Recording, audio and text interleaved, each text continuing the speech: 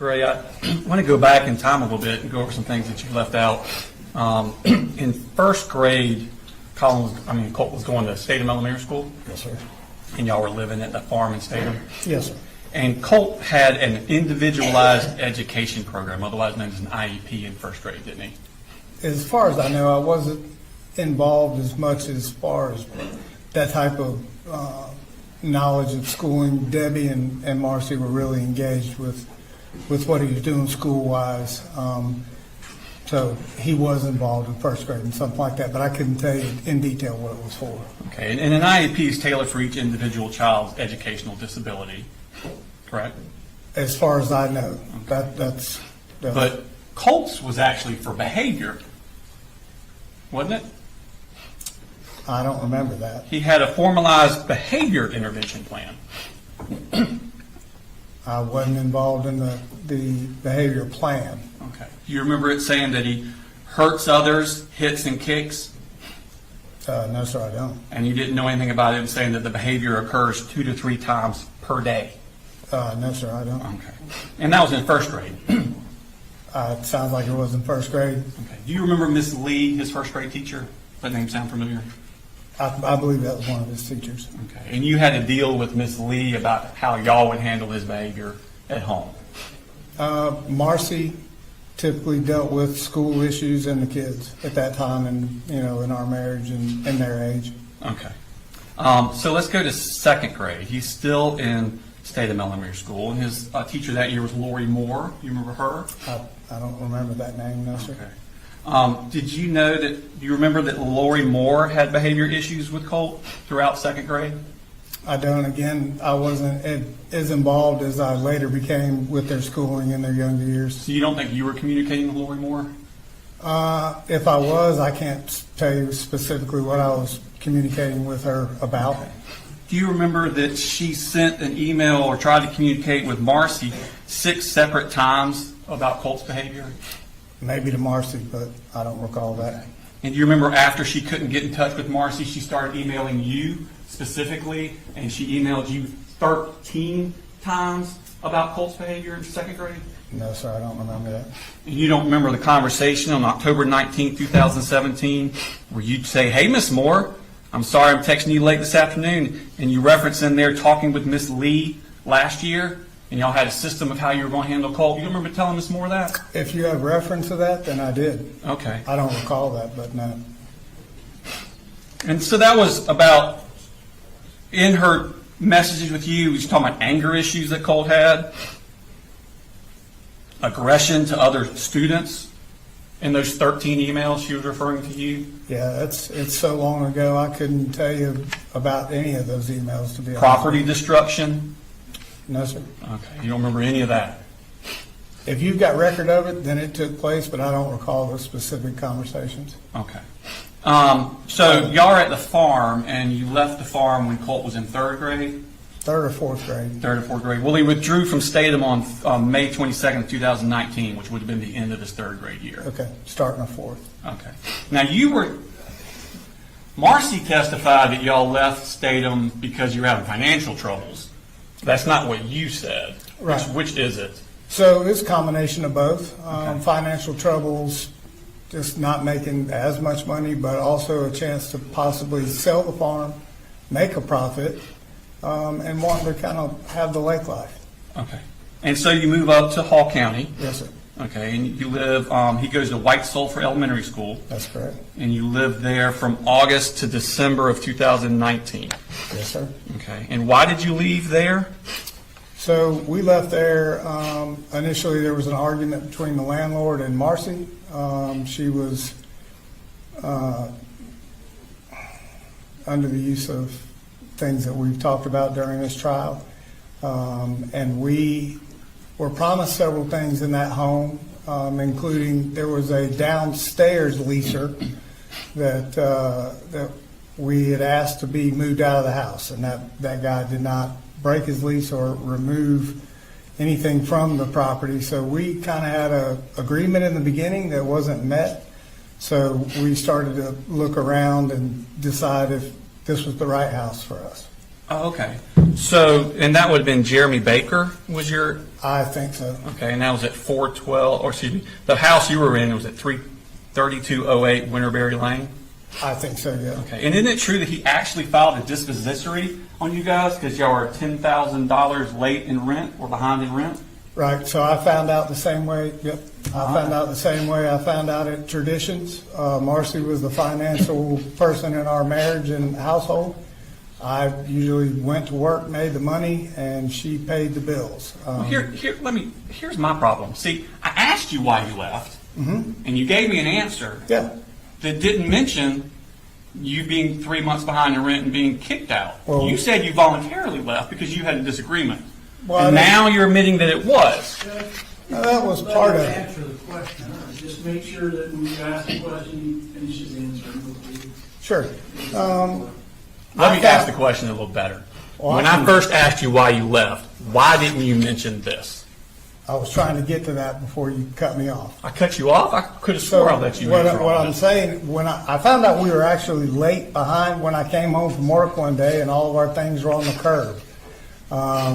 Did not know at that point, as in Traditions, that she was not paying the rent when she told me that she was. Okay. And then you went to Forsyth County and lived there, correct?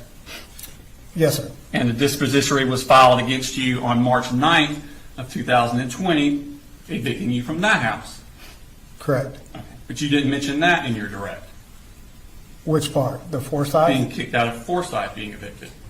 I didn't think you asked me that until right then. I didn't ask you, but he was asking you what happened, and you said, well, we decided to go down to Fitzgerald because things were slow and we wanted to see the Sure. quiet life, and you made it sound like you chose to go down to Fitzgerald and leave Forsyth County, but never mentioned that you were evicted from Forsyth County. Right. We decided to break the lease was the impression I had with Marcee. So I'm not aware of us owing anybody anything from the Forsyth County home until Okay. right now. So if Marcee, when she testified that you are evicted from these places, that's actually the truth. It's hard to say what Marcee is telling the truth about or not telling the truth about. Okay. So you moved to Fitzgerald in February, March-ish of 2020, and Colt enrolls at Ben Hill on March 4th of 2020. Okay? Correct. And then COVID shut down right there, right? Yes, sir. Basically about the same time. So fourth grade was basically an academic non-event for Colt, wasn't it? Somewhere in there, I think we were doing the online school program through Ben Hill, I believe. Okay. Now, in fifth grade, Colt's still at Ben Hill Elementary School, I think so, yes. and that would have been the fall of 20, spring 21 school year. Okay, Okay, and that was mostly virtual, wasn't it, because of COVID? correct. Now, sixth grade, fall of 2021, Colt starts Ben Hill Middle School. Yes, sir. Okay. And on August 20th, he searches abuse, the word abuse, and then a few hours later searches how to kill your dad. Yes, sir. Okay. Now, what is happening in his life at this point where he's searching for abuse? It's a very good question. The only search that I was made aware of until all of this started was how to kill your dad. Okay. But abuse, that connotes emotional problems, It can, and it connotes he's trying to reach out, right? I would suppose, but I didn't know about the abuse search. Okay. And then he searches how to kill your dad. Yes, sir. Okay. Now, Colt's 11 years old at this time, That sounds about correct. Yes, sir. and he's talking about homicide, violence, a lot of turmoil in this 11-year-old, isn't there? Sounds like it based on the search. Okay. Now, at that point, DFACS down in Ben Hill becomes involved with your family, correct? Yes, sir. Okay. And DFACS officer or caseworker comes out to your house, I think she testified, and you were in the carport and y'all spoke about things at that point. Yes, And you were actively moving back up to Jackson County.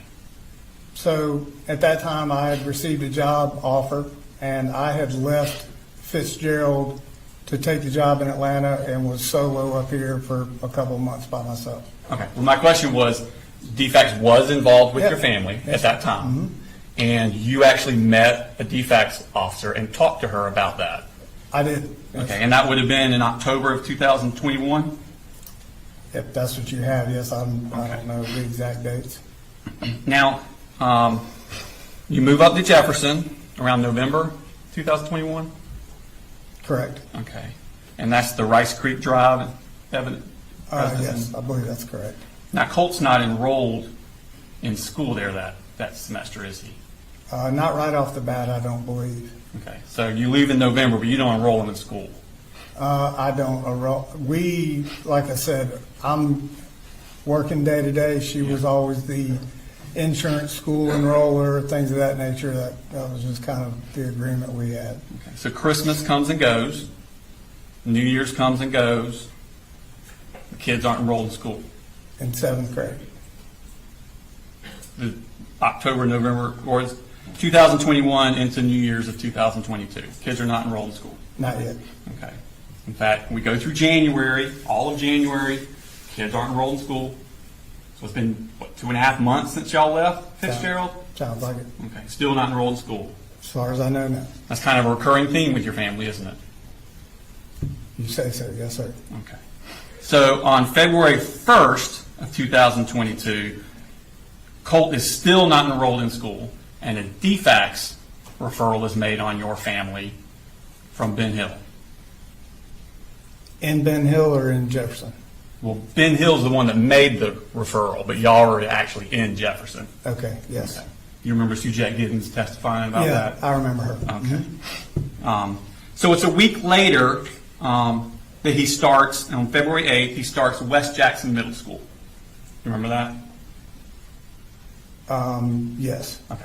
So this is finishing out his 6th grade year. correct. Okay. So the beginning of his 6th grade year at Ben Hill, he searches abuse and how to kill your dad, and then now he's starting a new school for the 2nd semester, 6th grade. Okay. And I think you testified on direct that he had no further problems in 6th grade. Correct. Okay. Now, do you remember that on March 10th of 2022, so about a month after he starts, he gets in-school suspension? Yep, never heard that until the other day sitting here when it was discussed in the court. That wasn't brought up in the bubble? Wasn't brought up in the bubble. Had no idea he was suspended. Okay. And it was for, let me pull that up for us. And it's 2 pages, go to the second page. It goes from bottom up.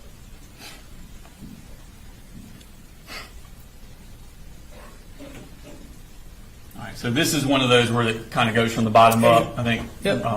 Mr. Green testified to this.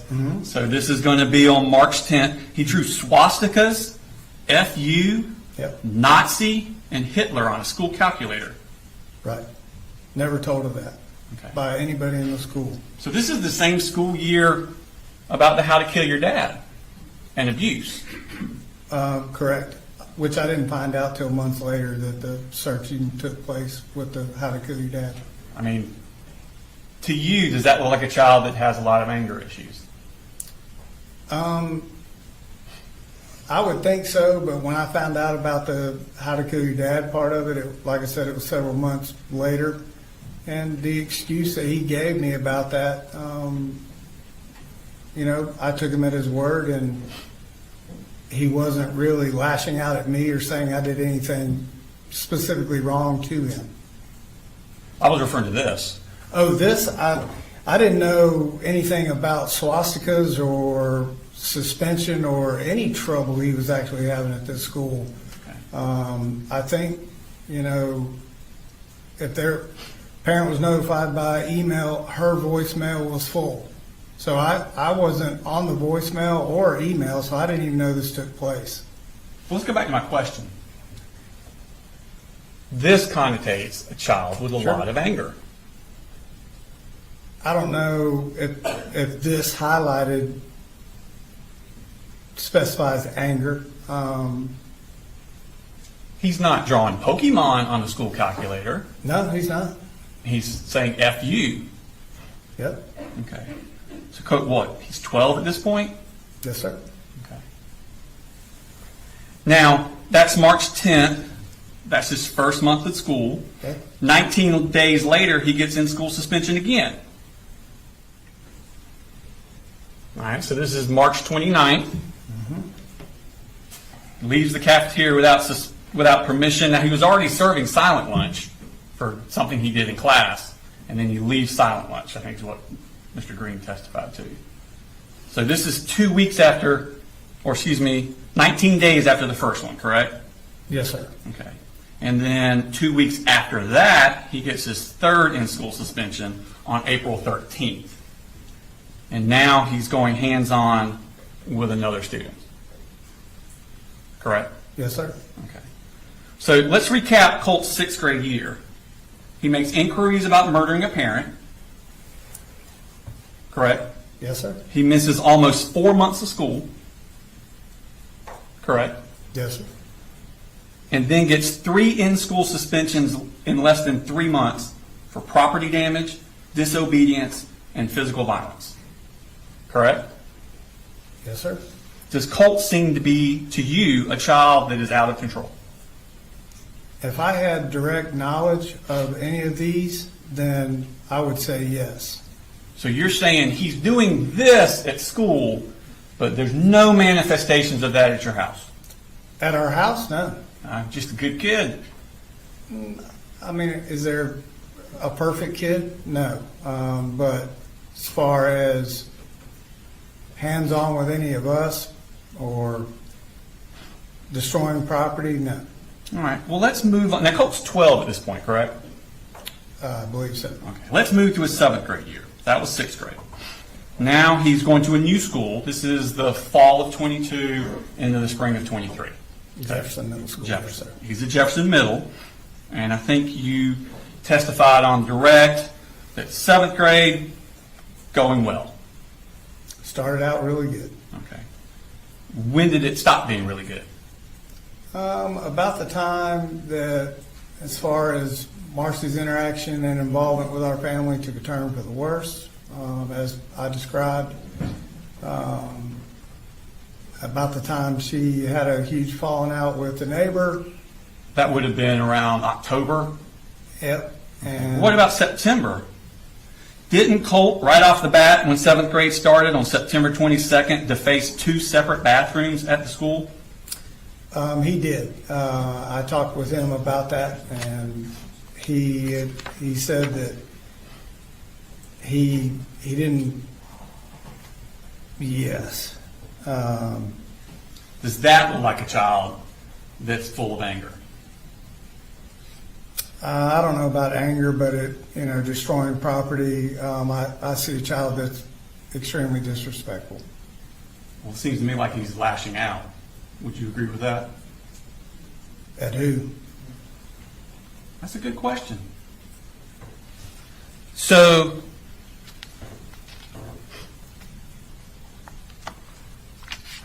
you were talking about Marcee. October with the landlord. DFACS got involved again then, didn't they? They did. I think they got involved, as I stated, with the landlord calling me. I was working a double shift, day and nights, kind of on a project, and she had apparently locked the kids out on Halloween night. So I think the DFACS worker testified that they opened the case on November 2nd. Does that make sense? It sounds timeline-wise. Okay. So we're talking 2 months after that bathroom incident. Okay. Okay. Now, Marcee, Jenny, and Coley, they go back down to Fitzgerald in Ben Hill County. Correct. And you and Colt stay up in Jefferson. Correct. The choice was up to them, and Marcee had to leave the premises. Okay. So- Now, you mentioned that you bought the Rock River Arms rifle for Christmas, and it's going to be that Christmas, correct? Indirect? I don't know if that's when I bought the Rock River rifle. Didn't you say in direct that you bought it for him for Christmas? You didn't give it to him at Christmas, it was after presents were That over was with? the Bushmaster 450. That's a Bushmaster? What's the Rock River Arms rifle? That is my rifle. That's your rifle, okay. Now, you said you gave it to him for Christmas because he was doing good in school. Correct. I think I told Investigator Smith I was using it as a carrot for him to continue to make a strong effort. So Christmas of 2022, he's doing good in school. He's doing better. There was room for improvement, and I was just, again, trying to give him, something to work towards. Do you remember the principal of Jefferson Middle School coming and testifying and saying that they were trying to email you all the time because Colt was up to double-digit absences in school? I do remember talking with that principal several times. Okay. And y'all had that attendance meeting, she testified, on January 11th, 2023.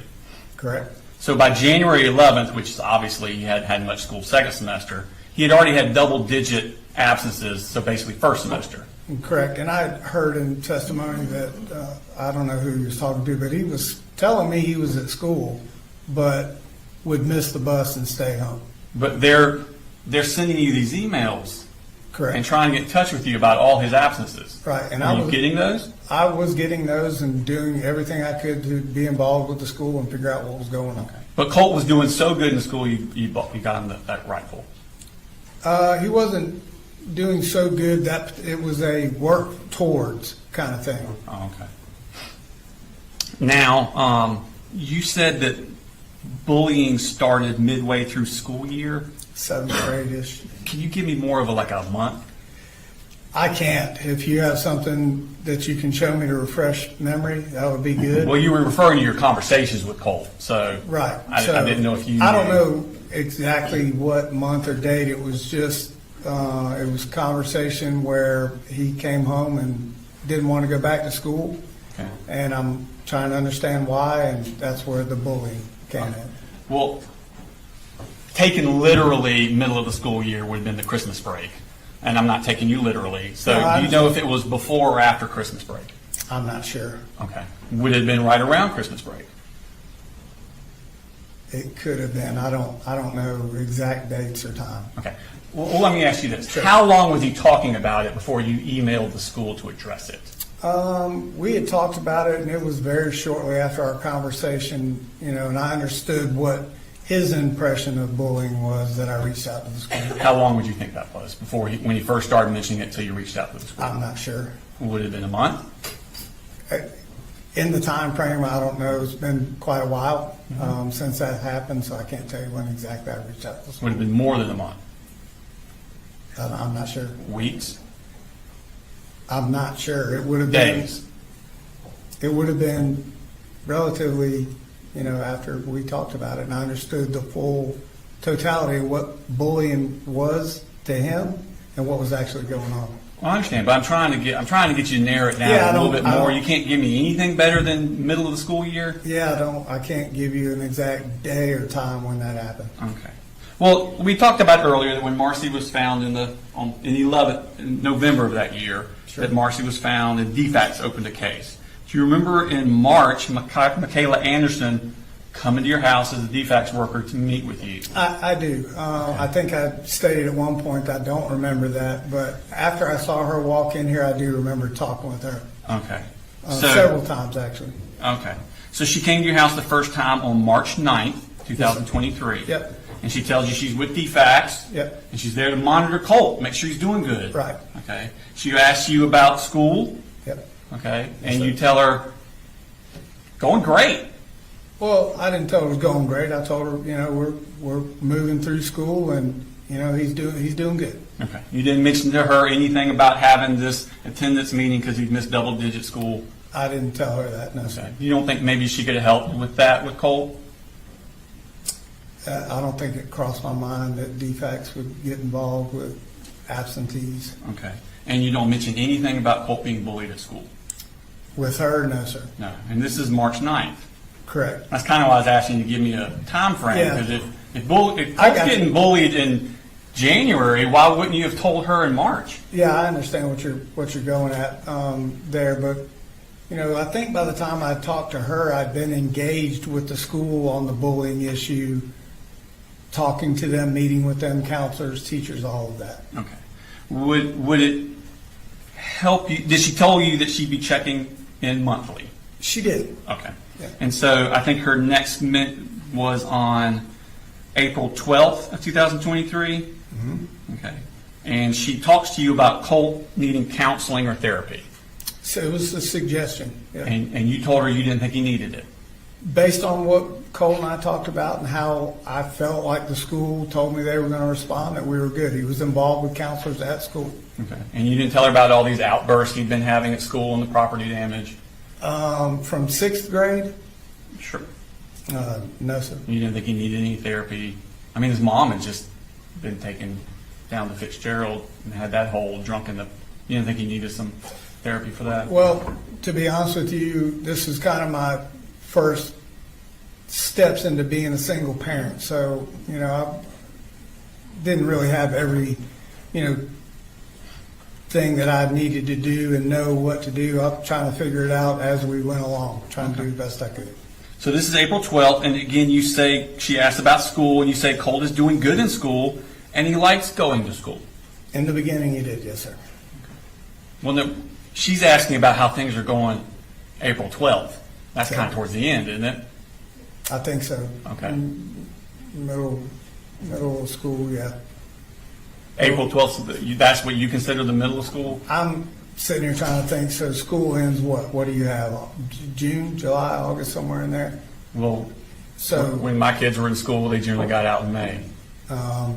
so I thought we were out June, like beginning of June. So towards the tail end, I guess April would be.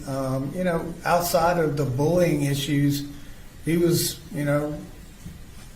But that's not what you told her. You didn't say outside of the bullying issues, Right. he's doing good in school. Right. You said he's doing good in school and he likes school.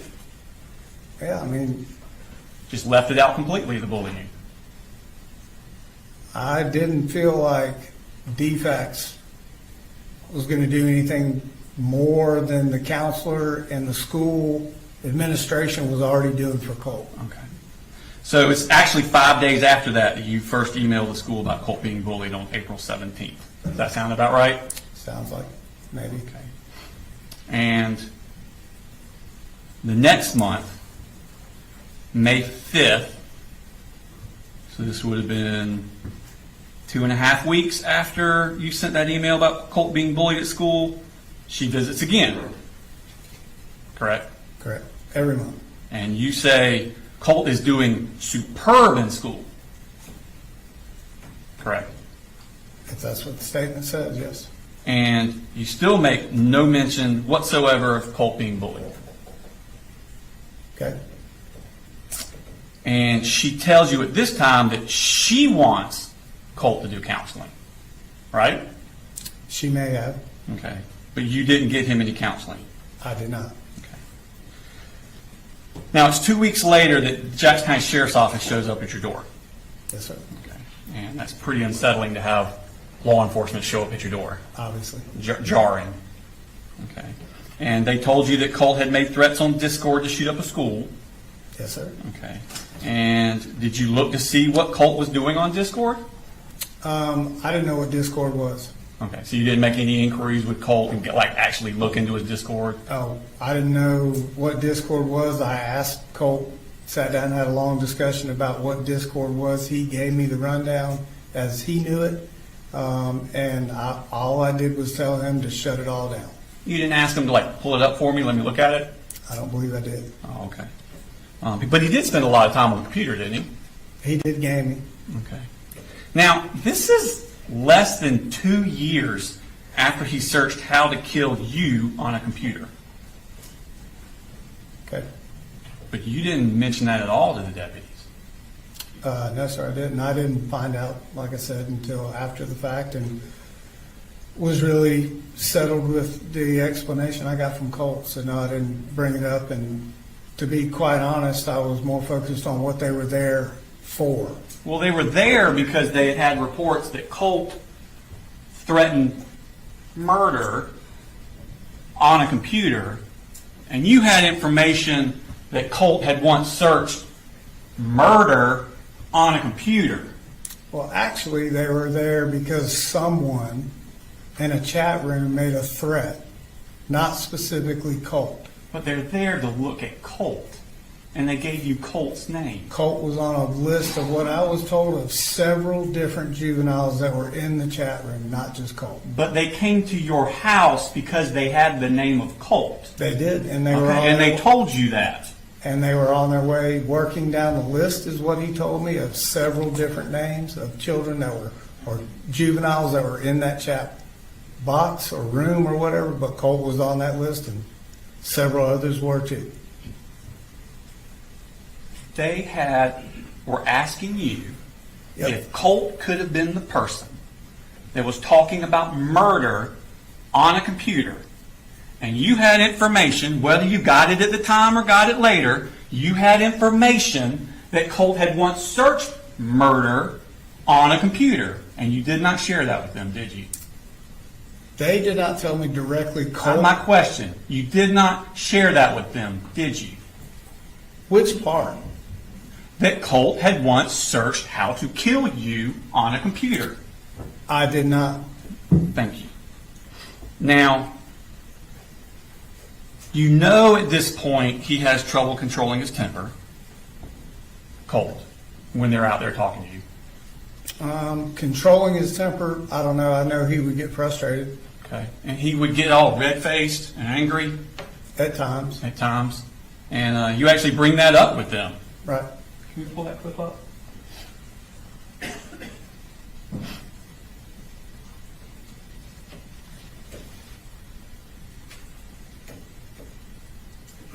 Can we pull it up the sound? All right, so we're in this. Now, look, let me give you the backstory. So, you talk to him? Yeah, absolutely. Now, look, he gonna get all red face when you talk to him. Just calm. All right, so we're him and his. Let me give you the backstory. So you're warning the police officers before they see Colt. Right. Calm. Right. Colt's a little volatile at this point, isn't he? Not volatile. It's just more, and I don't know if embarrassment's the right word. He just gets flustered. His face gets really red, and to be honest, when he gets to that level, he tends to just shut down and not talk at all. In fact, I think you said in there that he gets flustered under pressure and doesn't think straight. Yeah, that's what I believe I said. And you know he's interested in school shootings at this point. I don't think I do know that. You don't remember telling them that you guys talk about this a lot, We talk about what we see on the news, about school shootings. any shooting. Okay. Now, you also know he has access to firearms at this point. Correct? In fact, you say, I'm going to be mad as hell if he did threaten the shooting, and then all the guns will go away. They won't be accessible to him. Right? Yes, sir. In fact, they asked you to restrict Colt's access to guns. They asked to make sure that they're not laying about the house and freely available. Freely available, because you don't want dangerous kids having access to dangerous instruments, do you? That's correct. I mean, that's just reasonable, right? Yep.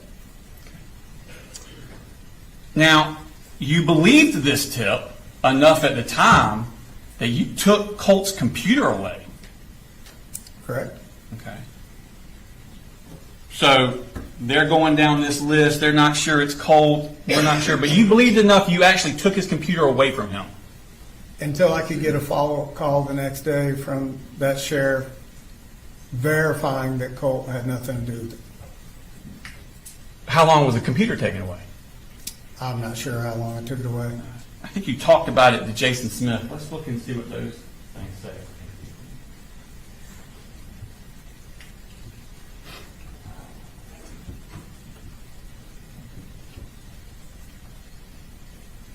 I have kids, and again, you just say I didn't work in law enforcement. To me, as a regular dad, if the law enforcement comes from, no matter who they are, law enforcement comes to my house and tells me that my son was in a room where they were talking about committing a school shooting, That is going to be a giant red flag. Oh, and it was. No matter what my kid says, the kid can lie, right? That's right. That's right. Yeah. And it was. That's a huge red flag. Yep, it was. And I talked to that officer. I'm probably going, you're not going to have a computer, you're not going to have a phone, you're not going to be on the internet. Is that right? When you got- It was done. No. You take his computer? Yeah, we just, like, Right, just like when you took your guns after you cut stuff. everybody take a break. Right. And when you feel like coming back and being normal, let me know, we'll talk about all this. Right. Along those lines. Yeah. Till you come back being normal. You Right. didn't say anything to him about when they cleared him the next day. It sounds more like a longer period of time there. Yeah, I'm not sure, you know, he was asking a time frame at that moment, and ultimately there was a lot of other things running through my mind other than how long I took his computer away at that moment. I think I can bring it up again later in the conversation, see if it sheds any more light. When did you give his computer back to him? Because he was able to go look up all this about the school shooters and stuff. When did you give his computer back to him? In Jefferson, Yeah. I have no idea when I get it back to him because that was towards the end of school and then we started moving. Okay, so it wasn't the next day, was it? I don't think it was the next day. And then he also did have a laptop, I believe, at that time too. So you take away his computer because of this threat. You take away his ability to talk about school shootings, but you don't take away his ability to commit school shootings? I mean, the gun stayed, right? Well, the gun stayed, but at that point, I just, you know, there was no, this was Colt said to me by law enforcement. There was a lot of variables and unsure statements by the sheriff. So, you know. So at this point, you're not sure, is it Colt? Is it not Colt? I don't know. I'm going to take away his computer, Right. but not the guns. Correct. Okay. Now let's jump to September 4th of 2024. This is the day that Colt murdered 4 people at Appalachian High School. This is 16 months later. That afternoon, you are talking to GBI agent Kelsey Ward. Remember that? I do. She came out to your house and Yep. y'all met in a car. Now, when you're talking to her, she's trying to figure out why Colt did what he did earlier that day, wasn't she? Yes, sir. That was the point of it. Yep. Okay. And she's asking about Colt's friends. Remember that? At some point, I'm sure she did.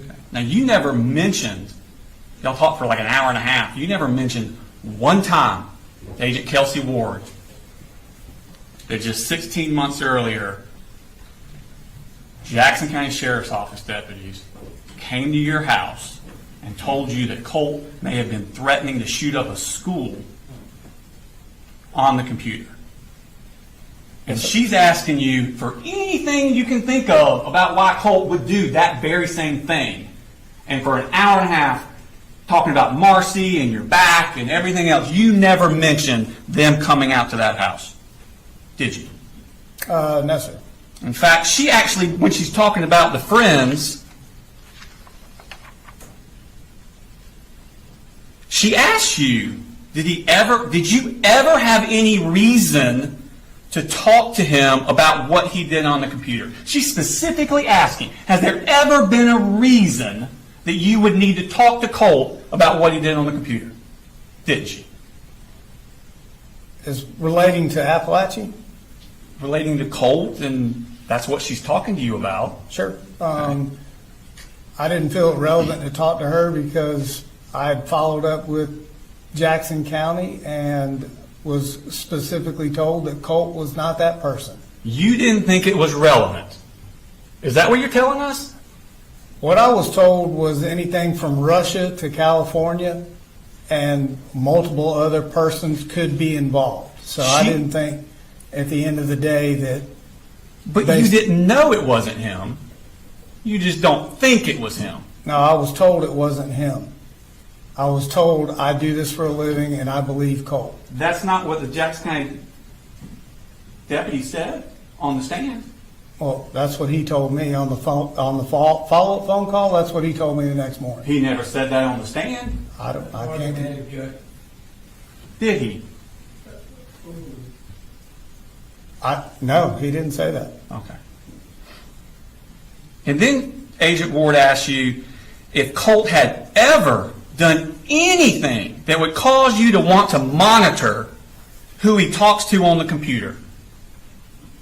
And you say no, Okay? right? Yes, sir. Okay. Why don't we play that clip?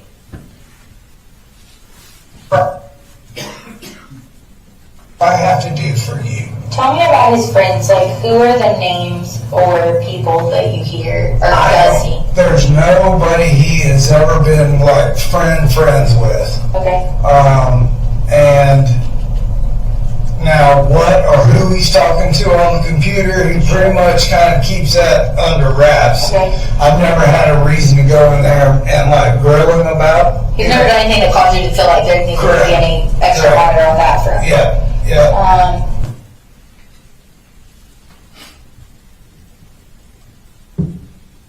Now, you do bring it up with Investigator Smith, correct? Yes, sir. Okay. But that was an hour and a half into the interview, wasn't it? Okay. Before you first bring it up with him. Okay. Okay.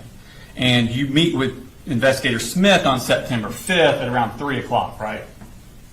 I'm not sure of the time. What Does that sound about right? Because you remember you took Jenny first. Correct. Okay, so around 3 o'clock sound about Sure, right? yeah. Okay. And it's around noon of that day that Marcee sends you that text asking what the hell is this, and has the picture of the FBI where it says you didn't come out of your house. Yes, sir. I remember that text. So at noon on the 5th, you know the world knows about it. And then in your interview, then it becomes relevant again The world knows about that they'd come to your house. the FBI. Well, Jackson County for the FBI. Oh, yeah. Not necessarily that the world knew. Marcee sent me that text. I didn't make her aware of the situation for obvious reasons. Okay. So on the 4th, when you're talking to Kelsey Ward, it's not relevant. On the 5th, at around noonish, you get that text from Marcee where you find out people know this now. And at 3 o'clock with Investigator Smith, an hour and a half into it, now all of a sudden it's relevant. I don't know, relevant is the right word. I believe talking to Kelsey, we're talking a matter of hours, short time after the shooting. I'm still in a state of shock, trying to process what all happened. Okay. To be able to sit and recollect every single thing that has happened. Yeah, I mean, I understand. Like little things would be hard to remember. Not little things, everything. This was I was doing my best just to just get through what questions they were asking, and it was several. It was Let the me ask you next this. day when I talked to Investigator Smith and had time to kind of process everything. Well, let me ask you this. The entire conversation with Agent Ward and with Investigator Smith Okay? was all about Colt committing a school shooting. Yeah, I agree. And this is the only information you've ever had in your life up to this point about Colt and school shooting. And it's police coming to your house. And that didn't pop in your mind. The way that I left it with Jackson County, Colt was never told to me to be the one that actually did this. Wasn't it true you were just hiding it from them because then they would think you knew this was coming? No, sir. Now, let's go back.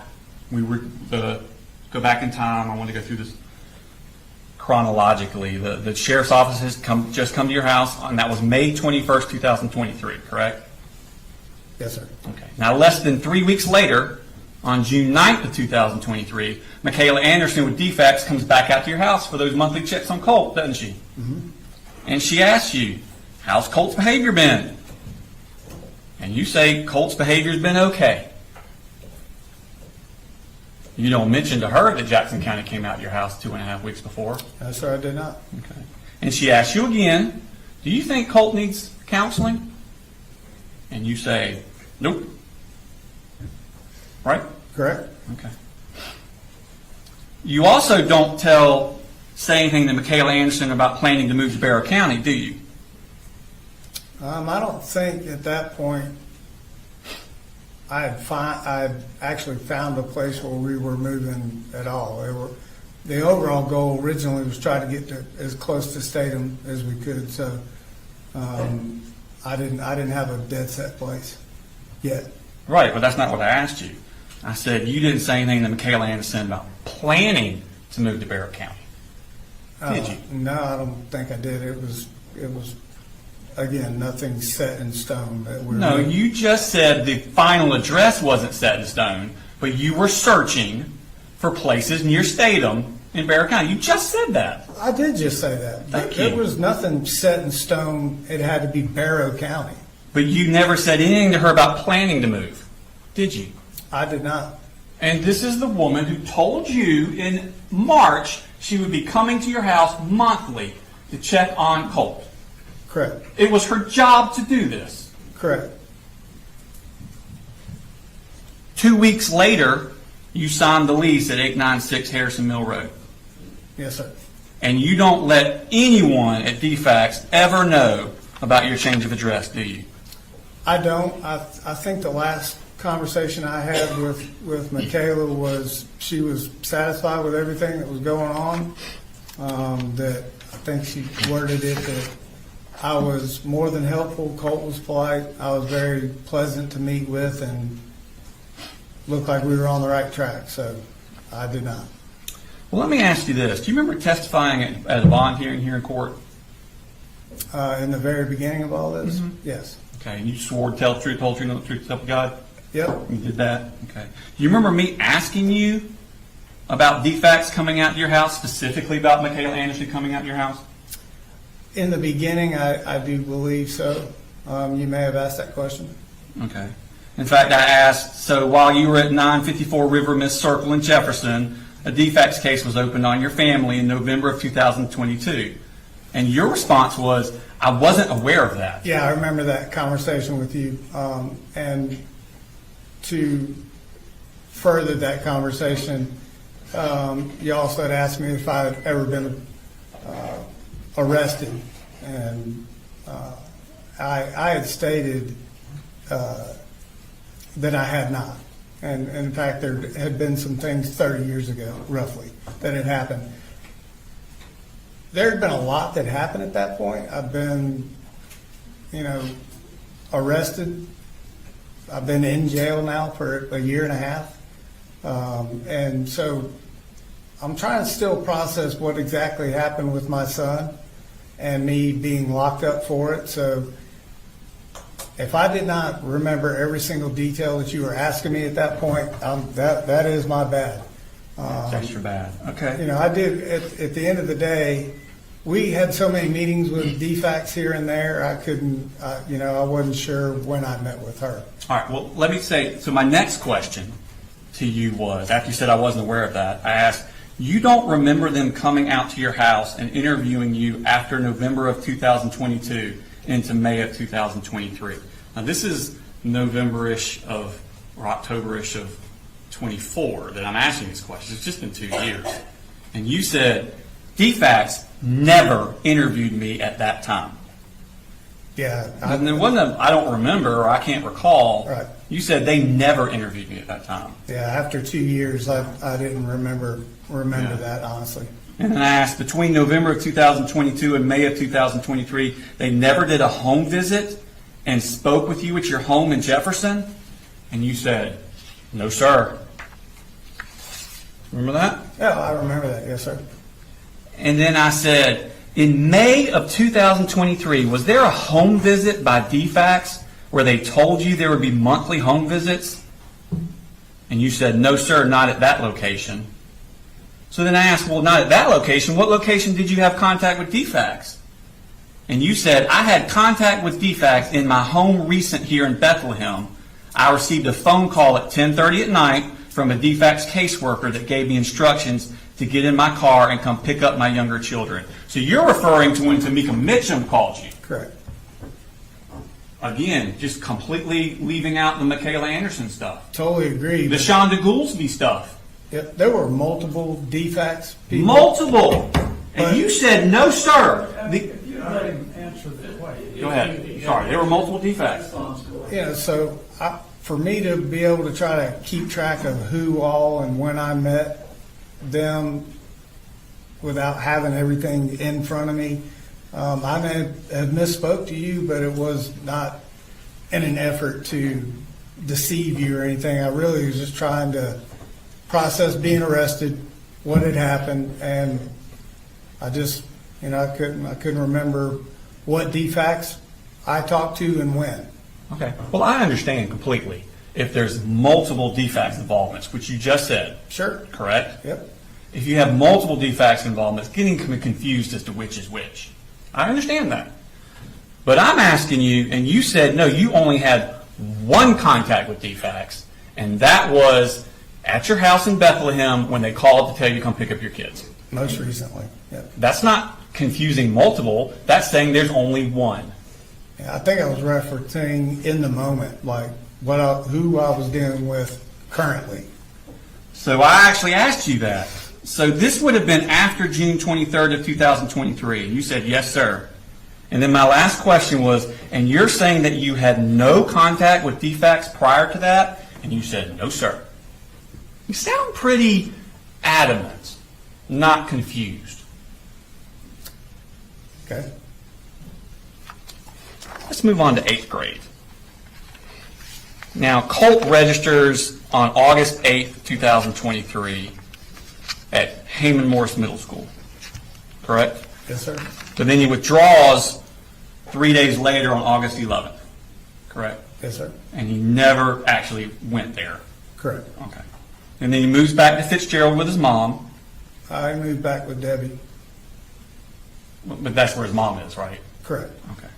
And he never attended Heyman Morris before he went down there. No, sir. Did he attend school in Fitzgerald? No, the plan was Debbie was going to sign him up for homeschooling. But he never went to school in Fitzgerald. Not that I'm aware of. Okay. And it's down there that Colt begins cutting himself. So I found that out in a weekend trip back home after I was up in Atlanta. Yes, sir. But that's your understanding of when it was started? Somewhere in that time frame. Yes, sir. Okay. And I think they show you the pictures Yes, sir. Saw it. of Colt's arm? Yes, sir. We showed those on the thing? Yep. Okay. And is that what they look like when you showed them to you? He did. That's what they look like. Yep. Okay. And were you aware of these photos on Colt's phone? Were you aware of this photo on his phone? No, I don't think so. No, sir. Okay. Do these look familiar to you, though? Yeah, those are the ones that were on his arm. Okay. And those are pretty substantial cuts, aren't they? Yes, sir. I mean, the ones from the other picture were from the September 4th, and this happened almost a year before. So Yeah. a year later, it's got a pretty wicked scar still. Yes, sir. Okay. And you took that seriously, didn't you? I took that serious enough when I went back. This happened when I was in Atlanta. When I went back home, Marcee brought it to my attention. I asked Colt what happened, what he was doing. He said, he was just sitting in his room, kind of spacing out, did it with his pocket knife, and I took his pocket knives. He did that spacing out? Yeah, he said, I asked him if it was an anger issue or was there something like wrong? Was he, try to give me the backstory? He couldn't really give me a good answer as to why he did it. I think he said something along the lines, I just did it, and I said, okay. And I took the knife he had in his room. But you know that's a sign of depression, don't you? I did not know that was a sign of depression, no, sir. You didn't know that that's a cry for help? I didn't know that was a cry for help, no, sir. You didn't realize that's a form of violence?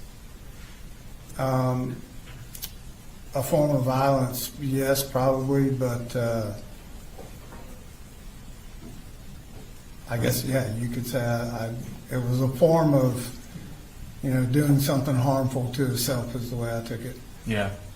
And he's only 13 at this point. Correct. Where did he get the knife? I had pocket knives down there, so I guess he had taken one of my pocket knives. I'm not sure. I wasn't in the home day in and day out at that point. But you removed his knife, right? The one he said he used. Okay. Because you can't hurt himself if you remove the instruments to hurt yourself, right? That particular pocket knife and the answer of I don't know why I did it, then yeah. I mean, like we said earlier, children that are in danger shouldn't have access to dangerous things, right? If they can't tell me why they're doing what they're doing, then yeah, I would take the pocket knife. Yeah, it's just reasonable, right? If you're harming yourself, yes. Okay. Or if you're a danger to harm yourself. Correct, but like I said, the answer was I don't know why I did it. Okay. Just kind of spacing out. So you told Investigator Smith that Colt stopped cutting himself after that summer. Yeah, that was the only issue I've ever seen where he did anything like that. Did you ever check into that? What measures did you take to check into if he continued cutting himself? It's as far as I knew, it stopped right then. He never made any other attempts or cut himself, to my knowledge, after that. I understand, but what I'm asking is what steps did you take to monitor that? I didn't monitor it because I wasn't in the home daily. I was up here, pretty much gone. No, he was only down there for a few weeks. Right. After he comes back is when you don't even know he's cutting down there, do you? No, I didn't know he was cutting down So there. you find out when he's here. No, I find out when I went home on a weekend visit from Atlanta and saw those cuts on his arm. And he's here at that point. No, he's in Fitzgerald. He's still in Fitzgerald? Yes, sir. Okay. How shortly after that did he come back to live with you? I'm not sure what that time frame was. He was only there for a few weeks. Maybe I can't tell you exactly when he came back. It was less than a month? I'm not sure. Less than 2 months? I'm not sure of the dates. I just know what happened to make me go get him. But you don't know when that was? No. But, back to my original question. Yep. Now that he has come to live with you, shortly after you find out he's been cutting himself, Yep. he's in your house now, Yes, sir. what do you do to monitor, check up on, to make sure he's not still cutting himself? I don't think we ever had a conversation about it. There was no further discussion from anybody else in the family that he was cutting himself. I talked to Colt a lot. We had a pool in the backyard at Harrison Mill. Saw him with his shirt off all the time, playing in the pool. I didn't see any further evidence that he was cutting himself. Okay. Were you aware of this picture that was taken on April 1st, 2024? No, this is the first time I'm actually ever seeing this picture. Oh, okay. So you didn't know that he was cutting himself in April of 2024. He lived with you then, didn't he? Yes, sir. Now, let's move on. We're going back to Fitzgerald. This is October 3rd of 2023. Colt has that juvenile complaint form where he broke windows, stabbed cardboard. I think you testified about that on direct. That Yeah. whole incident down Oh, there. yeah, yes, sir. Okay. After Marcee beat him over chicken nuggets, yes, sir. Yeah. So breaking windows, Broke a window. stabbing things with knives. Marcee made the claim that he cut the couch. Okay. And he says he didn't. He said he did. And you just always take Colt's word for these things? Over Marcee, yes. Oh, okay. You don't ever check into it? I believe my son more than I believe his mother. Okay. Now, we're talking about more violence and improper use of a knife, correct? As Marcee alleged. Okay. But you have knowledge of this, these allegations that you've been told about them. Correct. Okay. Through Marcee. And Colt comes back to live with you in Barrow County, Correct. and that's October 3rd, or roundish early October. Yeah, ish. Okay. Yep. Now, he's not going to school at this point. Correct. Not enrolled anywhere, is he? No, sir. Okay. So you just go to work every day and there he is? Correct. He's in the house. Okay. Then on October 13th, that's when DFACS calls and says, come get your other 2 kids. Correct. Okay. And you drive down the next day, and now you have custody of all 3 kids, That's right. and Marcee does not. Right. Okay. You call the shots when it comes to the kids. Yes, sir. All right. Now, the caseworker talks to you while you're down there, Yes, sir. and that's Tamika Mitchell. Yep.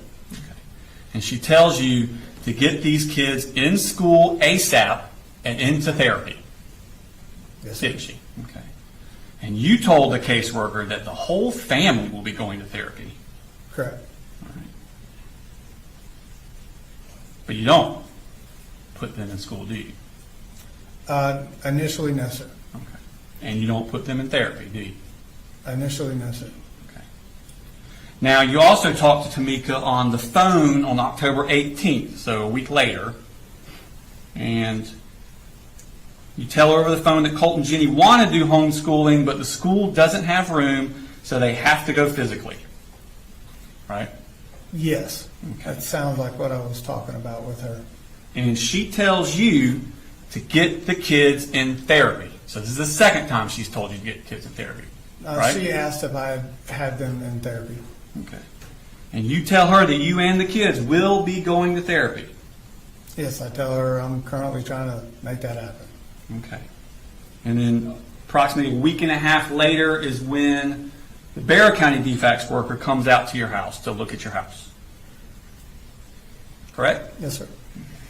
And you tell her that you have arranged counseling services for your kids and yourself at Barrow Village Ministry. Correct. Arranged probably wasn't the right word to use with her. I was in the process of researching everything that I could as far as therapy went and family matters. Relatively new at being a single parent. So I wanted to let her know that I was not doing nothing about it. And I had researched Barrow Ministries at some point, trying to figure out what was the best avenue for us. Okay. So you didn't want her to think you weren't doing anything.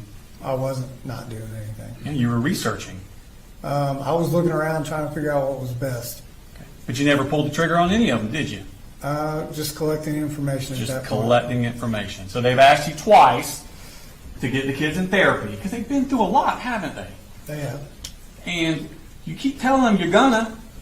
And one time you kind of alleged that you already had, but you didn't. Right. But you don't ever follow through on any of it, do you? It's not the only thing I had to worry about while I had those kids. There was a lot I was learning on the fly, being a single parent, working full time, just trying to get my feet under me on how to do all of this by myself. So that's a no. That's just a fact. So if you consider it a no, then it's a no. Did you? No, ever put I them did not in actually enroll them or myself in therapy. Thank you. Now, they also asked about weapons, and you say that you have weapons, but they are stored and locked away out of the reach of the children. Okay? And again, that's not true, is it? I don't remember saying locked away. I just remember saying they were stored and out of reach of the children. But that's not true, is it? The lock part, no. Stored and out of reach, yes. Out of reach is true. For the most part, yeah, they were out of reach of, they weren't readily available for just laying around the house. Colt couldn't reach that shelf in your closet. I guess that he could if he stood on something, but even I have to reach up and over to get it. But I mean, obviously, to DFACS, they're concerned about weapons being accessible to the children. And you're assuring them that they're not accessible. But they are, aren't they? Right, and I'm being forthcoming and open and letting them know I do have weapons in the house as well. But didn't you also tell her that this was the first time you had ever had DFACS contact? I don't know if I told her that or not. Like I said, there were multiple DFACS people I was talking Pull that about. up for me. remember she made a summary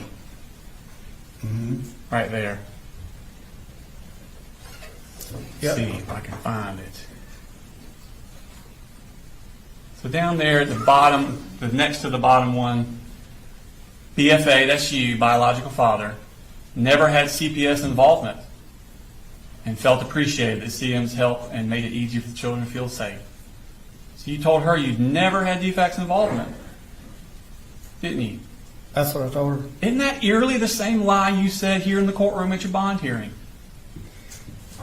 Again, this was not a lie. I mean, this is the same year. I mean, this was not an outright lies and deception. There was just a lot of things going on, and I didn't recall, certain meetings with DFACs. Okay. So this is October 30th of 23. The very next day, DFACs closes their case, don't they? Yes. And that's because you told them that you were getting counseling and that the kids had no access to the guns.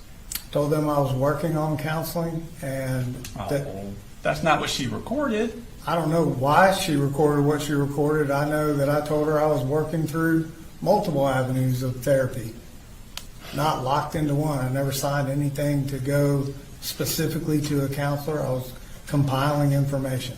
Yeah, doing a lot of research you were. Let's go to November 4th of 2023. Marcee comes up, and that's when she keys your truck and gets arrested. Correct. All right. So, I mean, that's been a very stressful summer and fall for Colt, hasn't it? It has for all of us. I mean, it starts with Jackson County coming to the door about school shooter threats. Then it goes to him cutting himself. And then shortly thereafter, he gets the juvenile complaint for breaking the windows and cutting the couch. Then his mother, a few weeks after that, loses custody for drug use. Then a month or so after that, she gets arrested for keying the truck. He's not in school. He's not in counseling. That's a rough summer and fall, isn't it? For all of us. For a 13-year-old. For a 50-year-old. For all of us. And on November 17th, you buy him that 6-hour M400 rifle. In November, I actually purchased the weapon for me, and was going to use that weapon as something that he and I could bond over with. I thought it was his Christmas present. It was not directly a Christmas present. It was something I told him he could use. I had one. We could shoot together. And at a later date, when he was of legal age, I would give him that gun. So this was not his Christmas present? This was a part of his Christmas. This was not a, here is your gun. The conversation was, I bought this weapon. This is one that you can use to shoot when we go to the range or hunting. All right. Well, first off, before we get into that, you did purchase it on November 7th. Yes, sir. Yep. Okay. And that is 7 months after Jackson County asked you to restrict his access to guns? Correct. Not sure they asked me to restrict his access, just to make sure that they weren't readily available. And 18 days after you told DFACs Colt didn't have access to guns. Correct. He's about to. The gun was not for him, so it wasn't his gun. Okay. Let's play what you told Agent Ward about it. The weapon that he had was a AR-15, it was a 223, and it was a SIG Sauer. And that was kind of like his big Christmas present, where I said, Well, you cut it off with what I said.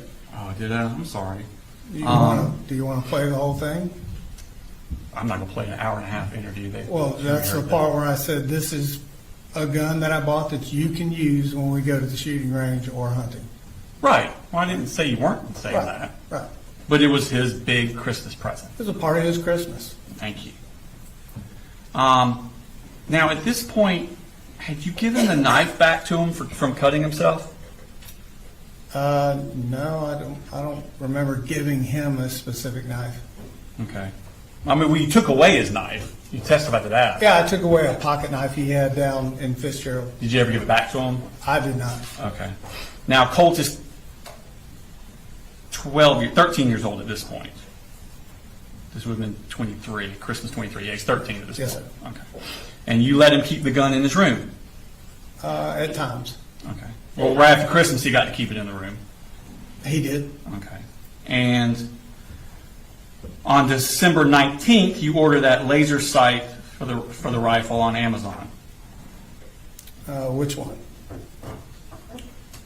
We can pull it up. That one there. Green laser rifle, the ones in the pictures. Correct. I had actually ordered that laser for my rifle when I ordered it. But yes, I did order that laser. Now, Colt is still not in school, is he? No, sir. Okay. And you got the kids in October. Correct. And this is December. Right. And you haven't done anything to enroll them in school. For 8th grade or 9th grade. When you got the kids in October, Right. till this is December, you haven't done anything to get them in school. Yes, sir. Did you even do any research? I don't believe I did. Okay. Now in January 12th actually, Annie's the one that registers little Coley at Austin Road Elementary School. Correct. Okay. Annie, myself, and Debbie were working on registration for all the kids. Okay. In January. I think Annie and I started talking about that maybe prior to the new year. I was needing guidance on what to do and how to do. I've never been in the position where I had to enroll our kids. It was always, Marcee. Did you ever think about going to the Barrow County School website? No, I didn't. Because I relied on Debbie and 40 years of education, and she usually guided me through what had to happen as I became a single parent. Oh, okay. So that's little Coley, though, on January 12th, right? That's not Jenny and Colt. I believe so. Okay. In fact, on January 25th, that's when Lorene sends you those emails giving you a step-by-step guide of how to get them in school, virtual school, or online. And she tells you exactly how to do it, doesn't she? Yes, And she even volunteers to pay for it, doesn't she? she does. And you don't do it, do you? I don't do it. Jenny and I were in a conversation of did she want to do it, and she opted to want to go to public school. Okay. So Jenny's registered on February 2nd, correct? Yes, sir. And this is second semester, correct? Yes, sir. She'd already missed the entire first semester of school, didn't she? Yes, sir. Okay. Now, on the 6th, the school emails you with a start date for Jenny and Colt, correct? I believe so. Okay. And you email back that Jenny's sick with a fever and will start on Thursday, right? Sounds correct. But Colt never attends. He does not. Okay. In fact, at that point on the 13th of February, you email the school and say you're going to sign Colt up for online classes at this time. Yes, sir. And you actually said at this time. Yes, sir. So on February 13th, well into the second semester, you hadn't done anything to get Colt enrolled in online classes. No, sir. It was kind of an ongoing Yeah. operation. In fact, you never sign him up for online, do you? So I had, in talking with my sister, I had thought there was email communication back and forth that Georgia Virtual was where he was enrolled. There were access codes sent in an email, and I remember talking with Colt saying, we have you registered, I thought at the time, at Georgia Virtual, here's the access codes, and you should be good to go. But you never did anything to get him enrolled, did you? I physically did not do anything, no, sir. I think you testified on direct. That was your bad. I was needing as much help as I could get. There was a lot I was responsible in trying to cover a lot of things. Now, that's on the 13th is when you tell them that Colt's not going to school. Yep. On the 29th, you, Colt, and Jenny go to Wilson Shoals Gun Range. Yes, sir. And that's a school day, right? Maybe it was, I'm not sure. Is school not very important to you? It is. Okay. Now, it's around this time that Colt's aggression is escalating, isn't it? Maybe, I'm not sure. You don't remember when it was? I don't. You don't remember when he starts fighting with you physically? Physically, I think I mentioned it 3 times. I don't know when the exact date of those were. I would say that aggression-wise, just more temper, kind of short-tempered, more than he would normally be. Do you remember telling Kelsey Ward on September 4th that probably 5, 6, 7 months ago, his attitude escalated to the point where he would be like cussing and talking to me like you shouldn't talk to your parents, and he's like gone to hands-on trying to fight me? Yeah, that's correct. So you said 5 to 6, 7 months ago. That was in September. So Right. 7 months would be around February, Right. going into March. Yeah. Okay. So around this time that we're talking about. Sounds like it. Okay. And you told her that he went so far as to strike you in the face. In one of our scuffles, yes, sir. Okay. Does he Side of appear the to you to start being out of control? It was not an everyday thing. It was more based on if he didn't get his way about something or we had a disagreement. It was arguing and cussing most of the time. And we did have separate instances where, like I said, he would bull rush me. I think when you did on direct, when you were describing the bull rush, you said you could see him kind of building up in him, One time I could see him getting angry. getting all worked up. Just, not agreeing with what, I was saying, and I could tell by the tone of his voice that, it was escalate. His anger is building up, isn't it? It was in that moment on that particular day. To the point he lashed out in a violent physical way. He just bull rushed me. Yes, sir. Struck you in the face. He was flailing all about it. He didn't strike me in the face. He struck me like right there. Just, I don't think he was aiming. He was just more kind of flailing around. So where again was it? Just right here. So the neck, Right. not the face? Right there. Well, how would you describe that? The neck or the face? Well, it depends on what part of the neck. Maybe bottom of my face, top of my neck. Right. I'm asking how you would refer to that.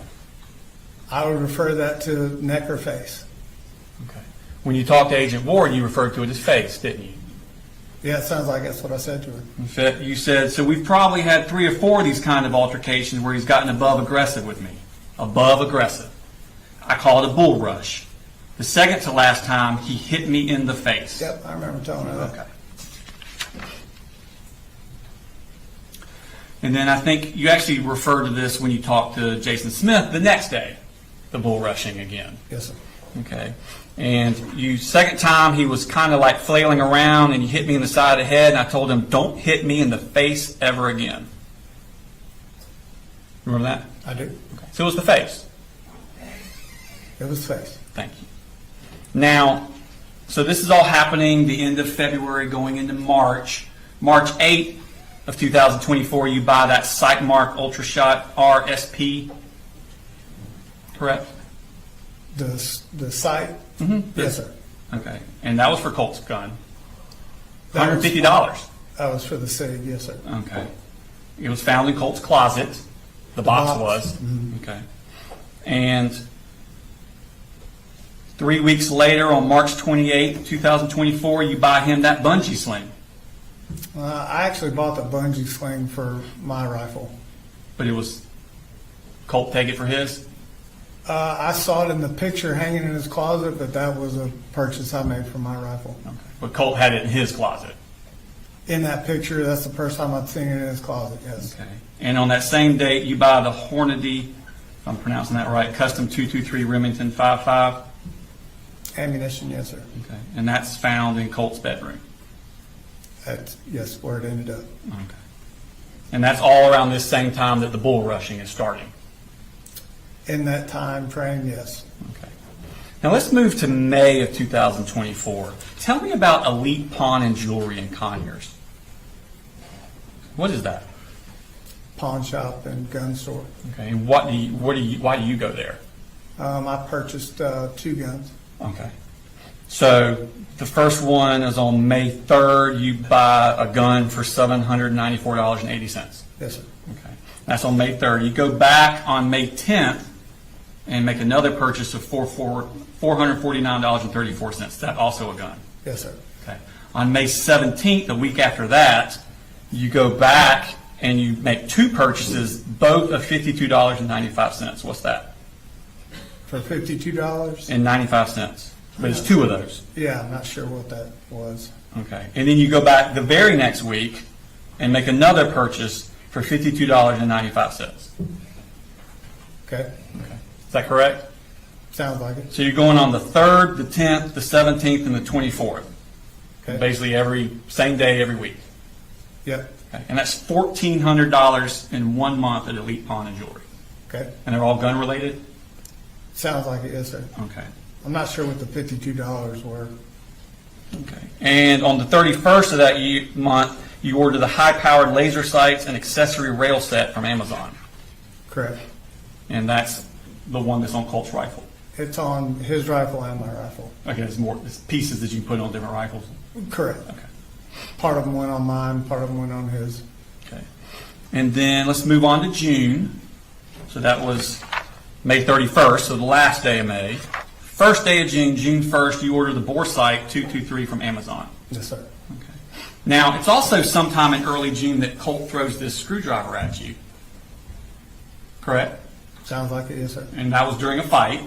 I was during an argument. Okay. And he throws it at you. Must have been right around before June 7th because you make an email, text message about it on June 7th. Yes, sir. Okay. And he's angry at you, He's frustrated. and he throws a screwdriver at you. He threw it down the hall towards me. Okay. Well, I had my back totally towards him. Didn't even see him throw it. okay. But he threw it at you. He was aiming for you. I don't know who he was aiming for me. It ended up hitting me. You know, but I didn't physically stand there and see him aim for me. All right. Well, let's talk about play the clip where you talk to Investigator Smith about it.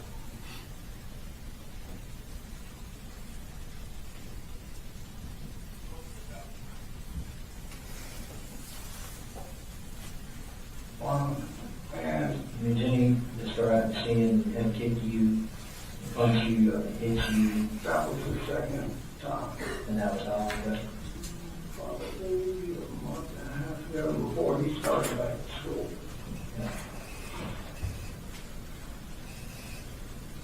And that's when I pulled in every, Did you ever throw anything at you? yeah, he threw a screwdriver at me. What? So at the beginning of that, he says, Jenny described seeing him kick you and punch you and hit you. And you said, that was the second time. Right. You didn't say that didn't happen. What's that? You didn't say that didn't happen. That he kicked you, punched you, and hit you. Right, that was Jenny's statement. And you said, yeah, that was the second time. It, meaning the hitting part. Oh, okay. And then he threw the screwdriver at you. He did throw that screwdriver, you know, down the hallway towards me. All right. Well, let's look at the text message you sent to Colt about it on June 7th. Mm-hmm. And that's you. Hey, Bubba, hear what I'm saying right now, okay? What I'm about to ask you is not trying to start anything. Make sure you understand that, okay? Are you worried about his anger there? I was worried about him taking it as far as he did, yes, sir. Okay. Well, like, even with just sending him this text message, you seem like you're worried about him getting angry. Yeah, I'm worried about, you know, we'd established a close bond at this point, and I thought that I'd created avenues for him to be able to come and talk to me before it got to this point. Okay. And then the next one you say, okay, question I have is this. Did you tell Mamu that you had the screwdriver in your hand for self-defense? Right. Please tell me the truth, because we both know I wasn't even looking at you when you threw it at me. Right. Okay. So he threw it at you. Right. All right. So that's on the 7th. 3 days later, on the 10th, you order him that tactical vest from Amazon. Yes. And Colt had asked you about that. Get it for him. The tactical vest, yeah. He So you- wanted, Go ahead, I'm sorry. no, he wanted to use it. He saw people at the range using it. So he thought it looked neat and asked me to buy it for him. Okay. And you ordered it to appease him. I did. Okay. And you told him you were getting it for him in a text message, didn't you? I did. All right, let's see that text message. And you say, yo, I got this for you, son, because I love you. And also, hopefully, you can work on being a little more patient. Colt, when it comes to you, and if you need something, if I can do it, I will do it. But if I cannot, then I cannot do it. And that's when I need you to be okay with it, knowing that as soon as I can, I will. At the end of the day, being disrespectful and flat out being mean and ugly doesn't do anything.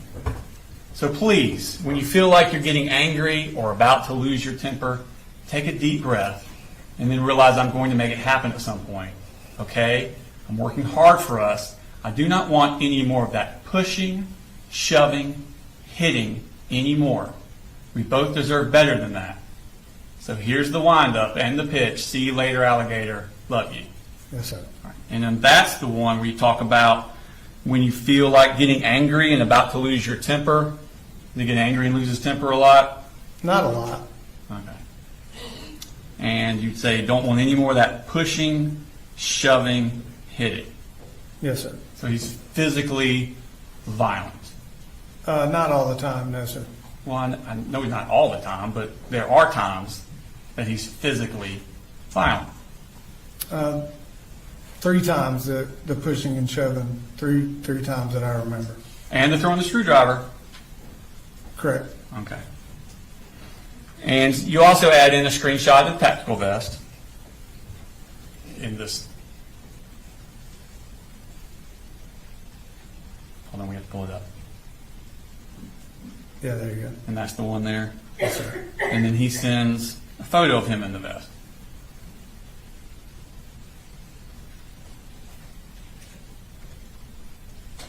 Yep.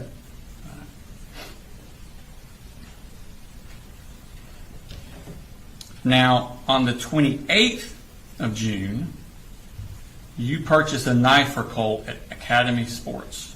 That was a purchase for me. For you. Yes. So, this knife, Brown handle. that's Yes, the sir. one, that's your knife. I purchased that knife. Where did you keep it? I had it in my pocket sometimes, had it in my book bag at other times. Sometimes I forget to take it to work. Was it accessible to Colt? It may have been if I didn't have it on my person. Okay. I mean, that's the one that was found in Colt's book bag at school, wasn't it? Oh yeah, I agree. I didn't know that he had taken that knife. Okay. So you're not worried about Colt cutting himself anymore? Again, that knife wasn't for Colt. But it's in the house where he can get to it. You weren't worried about him cutting himself anymore? Again, I didn't purchase that knife for Colt, and typically it was on my person. Okay. So let's move on to July. That was June 28th. So let's move into the month of July. I think you were testifying earlier that Colt can be violent, but it's not all the time. Jenny sends you a text on July 3rd.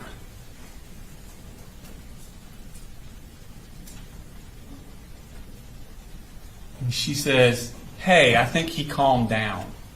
Mm. And you say, he doesn't calm down that quick. And Jenny, I can't live like this. Right. It's seriously not good. Mm-hmm. It tears me up. I just want him happy. And man, he calls me everything in the book. Yes, sir. How many good days is he having if you seriously can't live like this? It's just that I couldn't reach him. You know, that was the part I was trying to, I guess, convey to Jenny is, you know, I wanted him to not get as upset as he would over silly things. So, Does he have trouble calming himself down? no, not typically. Even after one of our dust-ups, he would relatively calm down Real quick. Okay. Do you want to read your statement again? Which part? Where you say he doesn't calm down that quick? Yeah, I mean, it doesn't take days or anything, you know, for him to calm down, but he doesn't calm down in 5 minutes either.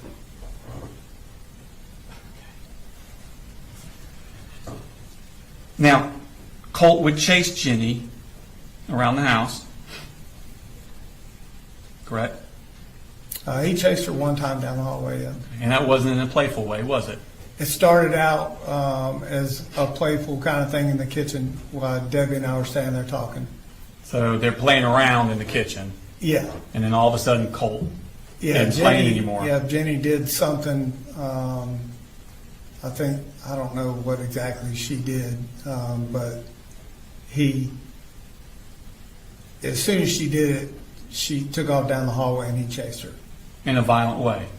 Oh, I don't know if it was violent, he just chased her down the hallway. Well, do you think it was playful then, or did you think it was violent? I think it was brother and sister kind of picking on each other. Just brother and sister picking on each other. Right. And that's what you're testifying today. Well, Debbie and I were standing there. I don't think either one of us thought it was a violent thing. Okay. Well, you talked to Investigator Smith about it, didn't Right. you? I did. Let's play that clip. See if you thought it was violent then.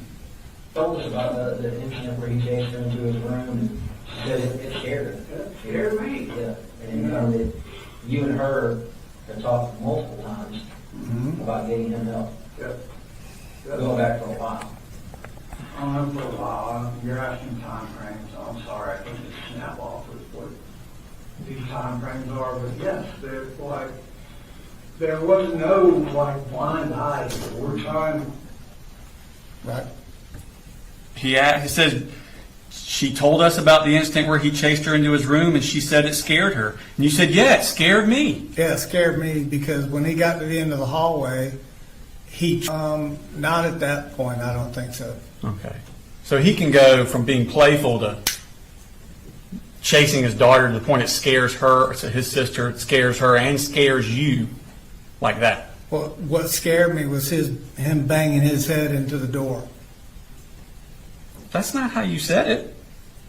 I said it scares me. Right. He never asked what scared me. I just told him it scared me. And I'm telling you what scared me was he tripped and went headlong into the door. Oh, okay. Okay. Now, so that was on the 3rd. You pick up Marcee on the 6th of July, correct? Sounds accurate. And she moves into your house, Correct. and you refer to her in your phone as my pretty. Yeah, that's how I always talk to her. Okay. And she talks to you about Colt while she's up there. Correct? Okay, Y'all yes. talk about Colt a lot. We talk about all of our children a lot. Okay. We specifically talk about Colt a lot. I don't think any more than the others, but we do talk about Colt, yes. You don't think you specifically talk about Colt any more than the other kids? We At talk this, about, at this time? oh, I don't know about this time. We were talking about a lot of things at this time. If it was more about Colt, we probably had good reason to be talking more about Colt. Yeah, I think y'all have pretty good reason to be talking about Colt. This is when he starts showing signs of depression, isn't it? Maybe I'm not. I can't tell you I can look at somebody and see depression. Well, you don't remember telling Investigator Smith that he suffered from depression for a while? If I use the word depression, it was more just kind of really disappointment of what his mother had said and done leading up to, So the word depression is being thrown around in your house in July. it's just casual conversation, not being thrown around, One of your children having depression is casual conversation? we're talking about our children. I don't know how you want to quantify it, but, we're just talking about what's going on with all of our kids. All right, well, did you talk about Colt on July 20th when he had the panic attack at the house? I did. And you were there then, weren't you? I believe I was, yes, sir. And Colt wanted y'all to call 911. Yeah, I never heard him state it to call 911. I wasn't in that living room at that time. Okay. But he was acting bad? Not bad. I said, I didn't mean mad. Bad. Oh. He was having a bad time of it. That particular night, I came out of the shower, I believe, and he was in the kitchen with Marcee in tears. Yes, sir. Okay. And y'all been talking about depression? We've been talking a lot of things, not specifically only about depression, Well, but I know you don't talk only about depression, but y'all have been talking about depression. in conversation, yes, we talk about depression and a lot of things. And now he's crying, wanting to call 911, having a panic attack in your house. Yeah, when I found him, he was crying. I didn't know it was a panic attack. I've never seen a panic attack, so at that point, I didn't know that's. And there was discussion about taking him to the doctor the next week, I believe there was. but y'all never took him to the doctor, did you?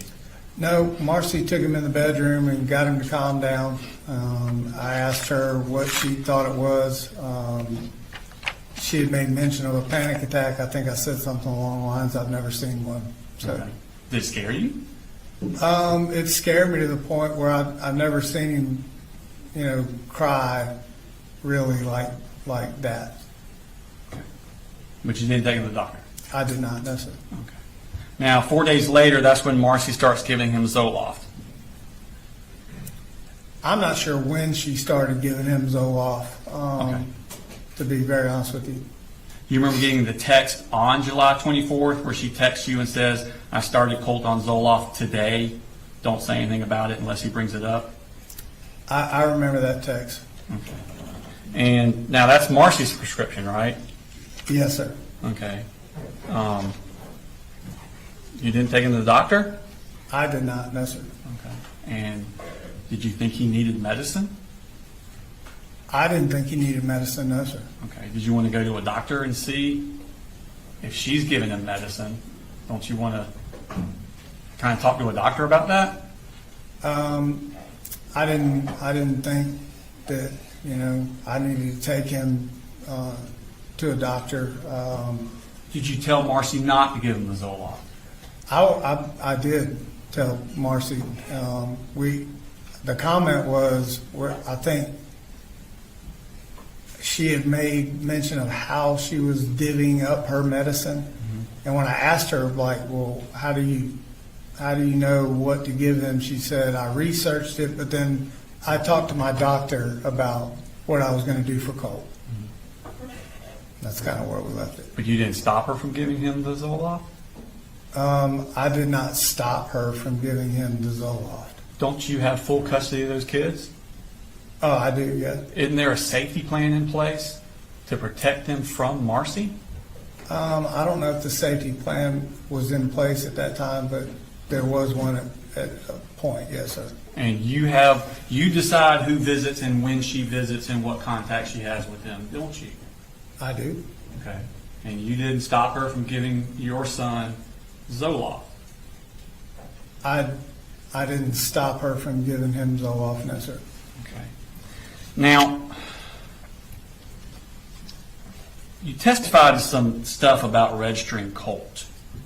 I think you said that you went up and met with the registrar, and they said don't start right away. I think I talked to Get her. his schedule under control or I think I something? talked to her on the phone. I don't think I ever met with her face to face. Oh, okay.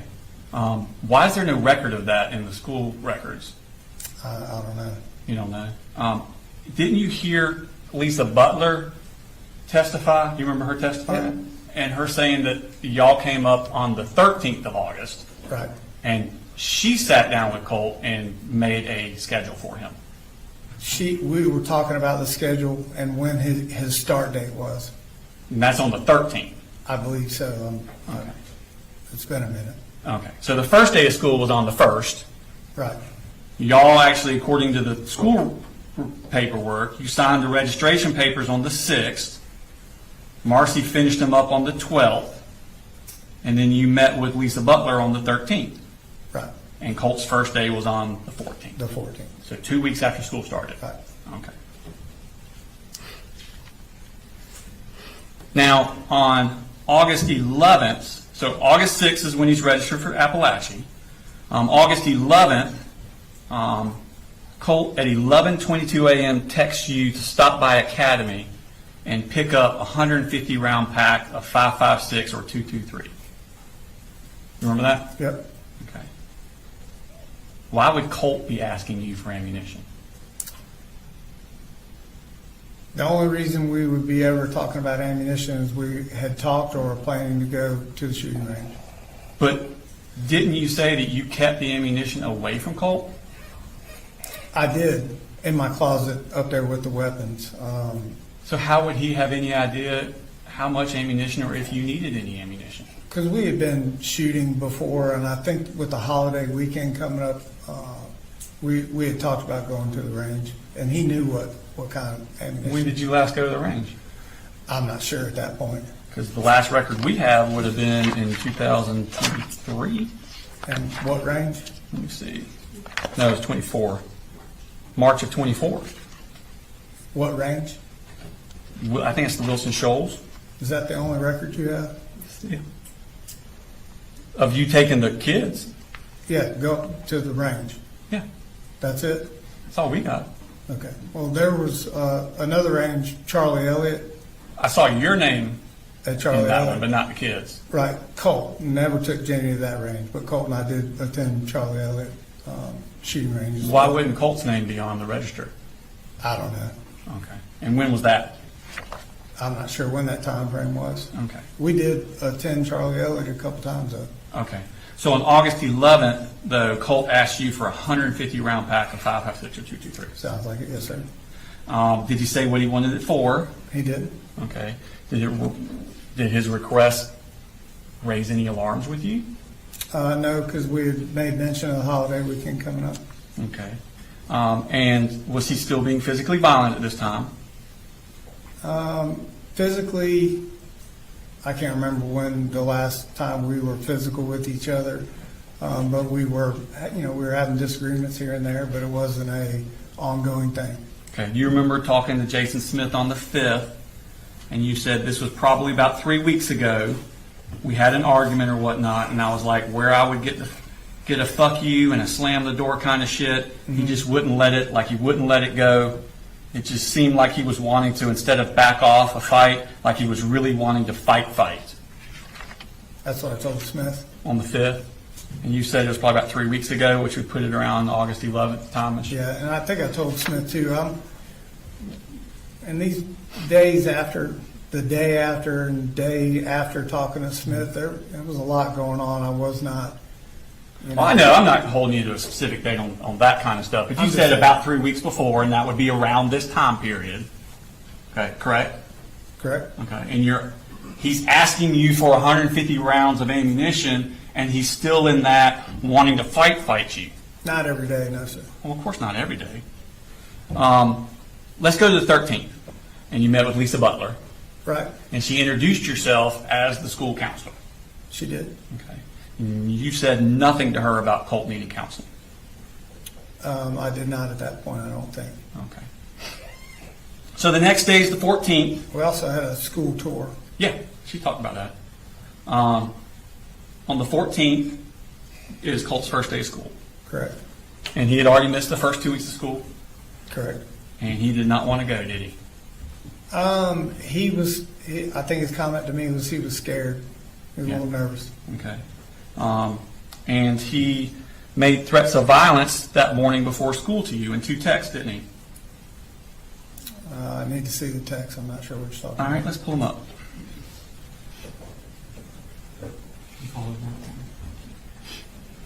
Yeah. Those? I'm sick of your shit. This is the fucking end for you. There's more. Yeah, I know. No more apologies. I fucking had it with you. The way you twist shit is so old. I have no idea what ATP means. Me either. Okay. But I'm being told it means at this point. Oh, okay. Thank you. And then you fucking caused this. Okay. No mention of Marcee. Whenever something happens, just know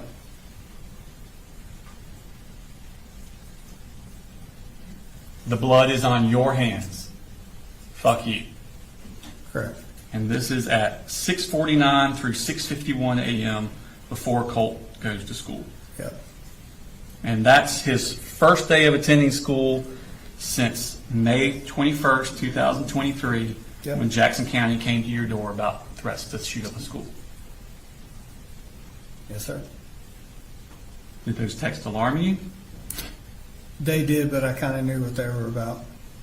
I think you testified about, you kind of knew what they were about? Yeah. You're just guessing?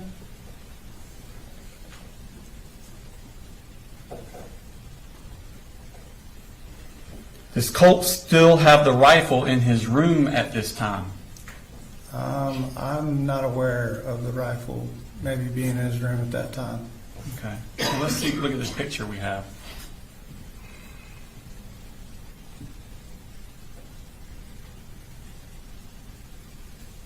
That was modified on August 3rd. That's Colt's room, isn't it? That is his room. And that's the tactical vest you ordered for him. Correct. Now, you took Colt to school that morning, didn't you? I believe I did on his first day. I can't really remember. But you did not go inside to tell anyone about those texts? I did not. And I wasn't aware of that picture either. I understand. But the rifle is in his room, isn't it? In that picture, it is. I don't know when it was taken. I don't know where I was. Well, sometime after he dyed his hair Yep. and before August 3rd. In that time frame, I don't know where I was, what time it was. I had no idea that picture existed till I saw it the other day sitting in his courtroom. And now at this time, you and Marcee had been talking about Colt needing serious psychological help, weren't you? Marcee was bringing that up, yes, sir. Okay. And she was telling you, y'all discussed inpatient treatment for him. She did. She did, not you. Yes, I didn't believe he needed inpatient treatment at that point. All right. And you actually talked to Investigator Smith, and he says, have you been in communication with Marcee about any kind of stuff for him, any kind of like mental health? And you said, yeah, her and I talked about that. And she was like, he needs help at another level. And Smith asked, what does she mean by that? And you say, she means like checked into a place. Mm-hmm. And he says, when does she make that comment? And you say, recently, while this has been going on. So she's telling you Colt needs to be checked into a place. She is. Okay. Now the next day, on August 15th, so this was his first day at school where he says the blood will be on your hands. And now we've moved on to the next day, Colt skipped school, correct? I was told, I think by Colt, I'm in school. But he wasn't. I found out later that he was not. So he skipped school his second day. Yep. I received a text, I believe, from him, said he was at school. I texted him and asked, did you go to school? He said yes. And I think I said, have a good day, I'm proud of you. Okay. And him and Marcee have a physical confrontation. And what was that day? August 15th. Yeah, that's the the Thursday. day. That's the day they had the issue. Okay. And the issue was about the gun in his room. No. Originally, I thought the issue was about Colt made mention to me that she was either drunk or high. Okay. That's Colt's version. That's Colt telling me in the very beginning. Okay. But she told you that it was about the gun in his room, and she wanted it put away and out of the house. That she was actually in the house, that staying with us. I thought that he had went to school. Text, as stated, she did not even know that he had not left the house and went to school. So the version I got from her was, yes, he and I had an argument, I think is how she posed that, and then somehow she said something about the gun and Colt not wanting to give it to her or something. I'm not sure exactly how that story went. Okay. You remember telling Investigator Smith that she said something about the way you're acting, I'm going to talk to your daddy and we're going to have to take these guns and get them out of the house. And what she said is he flew off the bed. She said she went down in there and said, you need to get your shit straight, go to school, and we need to just get these guns put up. And that's when they went from bad to worse. And she said she was going out of his bedroom and he pushed her and she hit the door of the wall and the side of her head, and it's like, okay, I'm on the way home. You remember telling Investigator Smith that? Yes, sir, I do. Okay. So she's telling you that she wanted the guns out of the house. He loses his mind, flies off the bed at her, and pushes her, and she hits her head. That's what you're being told by her. That's her version of it, yes, sir. Okay. And Colt texts you at 11:04 that a.m. and tells you about that. Correct? Part of it, yes, sir. So let's pull up the mom. Okay, so at 11:04, he's texting you, Mama just attacked me. Yes, sir. Okay. And then tried to grab my gun. Yes, sir. Okay, so that's kind of accurate to what she was saying. No, she was saying that he had his gun or was doing something with his gun, and his version of it was he was nowhere near his gun. It was just sitting in the corner of his room, and she came in and went for it, is what he said for me. But it was an argument about his gun. I think it was an argument about school, his attitude, not wanting to go, just a kind of a rift that they had always had, to be honest with you. Okay. But this is an argument involving the gun. Yeah, this is the first time, to my knowledge, that we had ever had any issue with a gun being in our house. Nobody ever went for a gun, used it aggressively, or even in our arguments Colt and I had, the gun was never, ever touched, made reference to. The first time the gun ever was involved was when Marcee went for it, according to Colt. So never, never, never, ever, ever, never until this day. As far as in an aggressive or negative manner. Okay. And this is the day after he made that text about the blood being on your hands. Right, and I think I stated, I took that blood on your hands as he thought that his mama may go through with the threat to kill him. Okay. That's how I read that text. That's how I took it.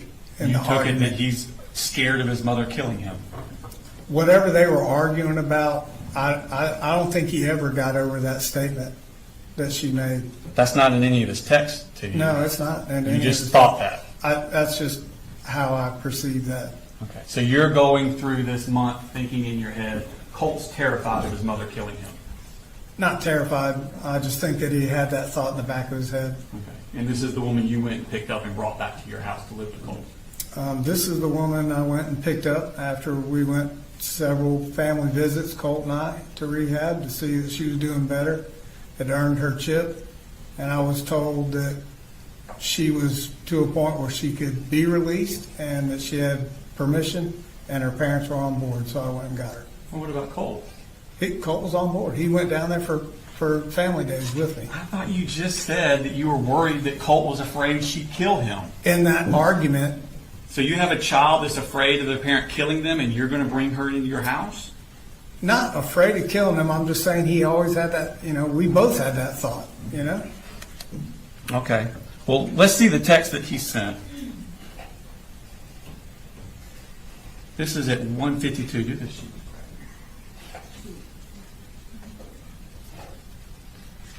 So Colt texts you, she was grabbing for my rifle. I didn't know what she planned to do with it, so I kind of acted in flight or fight. Correct? Yep, Okay. Sorry, I got ahead. that's okay, I know what's coming.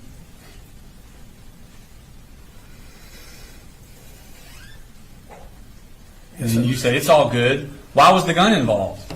Yes, sir. I mean, that kind of disturbs you that there's a gun involved in this, doesn't it? Yeah, that's the first time that a gun was, involved in any kind of argument or altercation. Okay. And he writes, I don't know, she backed me into my room and started talking about, oh, you're going to get your gun, even though I wasn't, and then she grabbed it. Yes, sir. So the gun is in his room. It was on that day. Okay. And it was after that day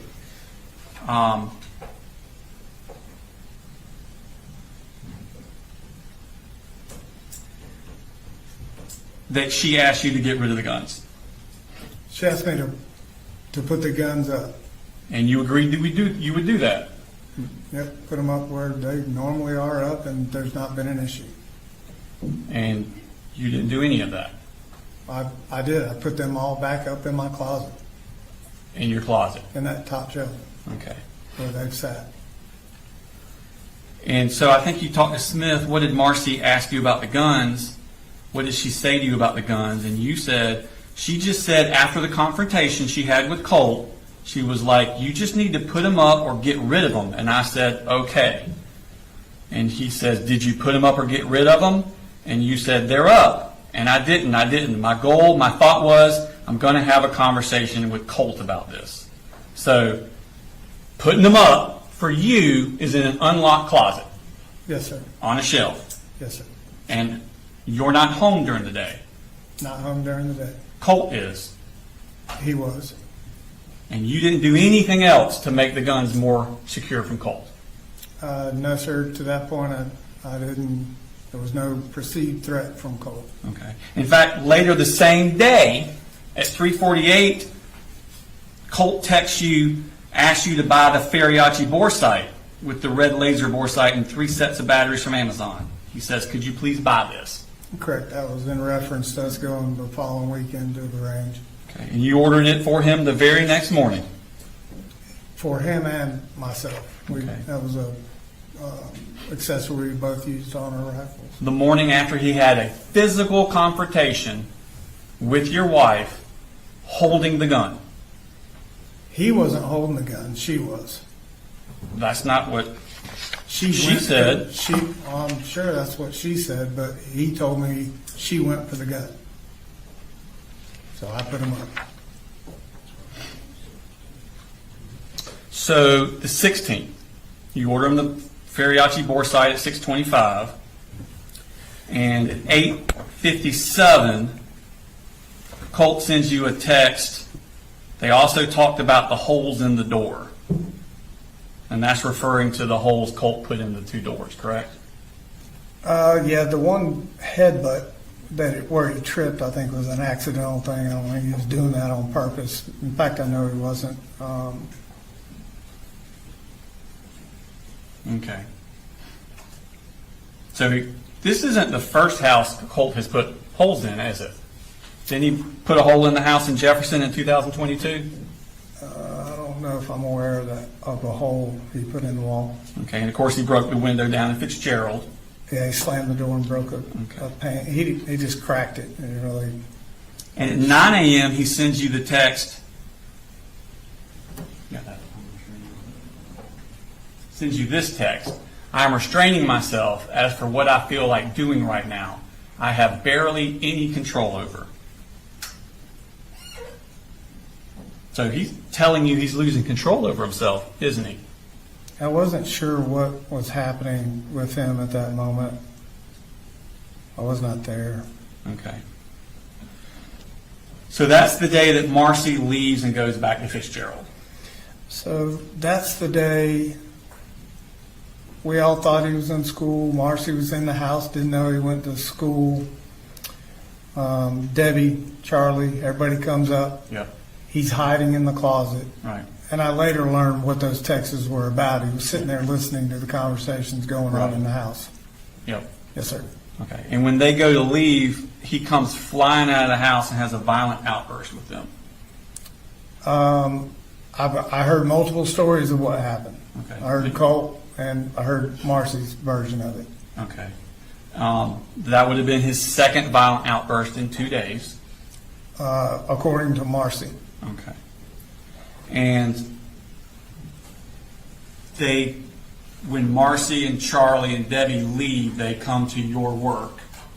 They do. meet you there. They come to the Rockdale Fire Station out of the building. Where you were, and they meet you. Correct. And they tell you about what Colt had done, come flying out, threatening to kill them, and all that kind of stuff. Yes, she didn't necessarily, I don't think she mentioned the word kill or anything like that. She said that they were taken back, didn't know that he was in the house till he showed up at the door, and I think he was cursing at Charlie about being in our house.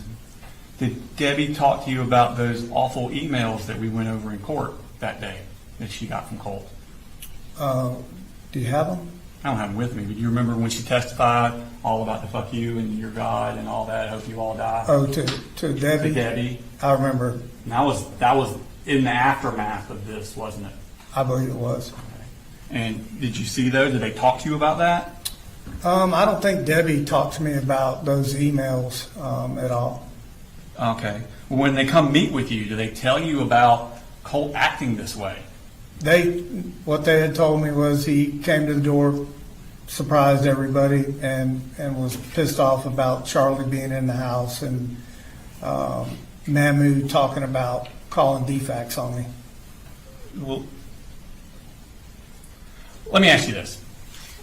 What they described to you of how Colt was acting, did it disturb you? I wasn't surprised he was mad. I wasn't surprised at that. I was actually mad that what was happening inside of the house. I was also upset that he had lied about going to school again. So there were multiple things I was upset about, actually. But what he was telling me was going on, being said in the house, I was upset. Yes, sir. Okay, well, let's talk about specifically your thoughts about Colt. Okay. As they're talking to you at this fire station that you're working at. Does it worry you, what they're describing, does it worry you about Colt, about how he is in his emotional state? It didn't worry me to the point because I knew he was pissed about Charlie, because Charlie had threatened and had called the police on him prior down in Fitzgerald. They did not like each other and had multiple run-ins. Okay. So your testimony today is that you were not worried about Colt being like a troubled teen or upset or anything like that? Well, I was concerned about him being upset for sure. I was concerned about him not being in school again. So yeah, to say I was not concerned, no, I was concerned. Okay. But you were worried about Colt's emotional state at this point, based on what they told you? I was worried about him being upset again after I've worked really hard to kind of keep things calm, and upset about him not being in school. Okay. And they gave you the Zoloft for Colt to keep giving him the Zoloft, didn't they? Yes, she gave me a Ziploc bag of broken up little pills. I wasn't sure what they were at the time. Okay, so I want to pull up a text that Debbie sent to Colt. I think it's already in evidence at 10:21 a.m.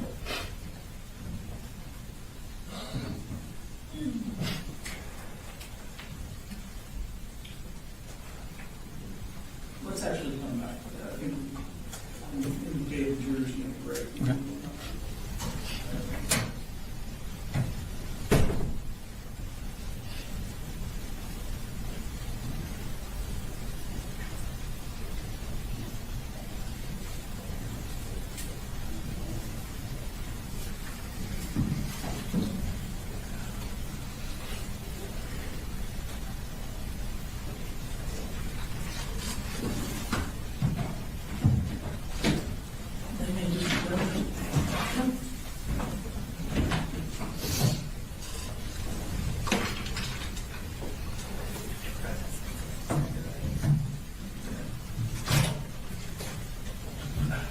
We're ready, sir. All right, bring this.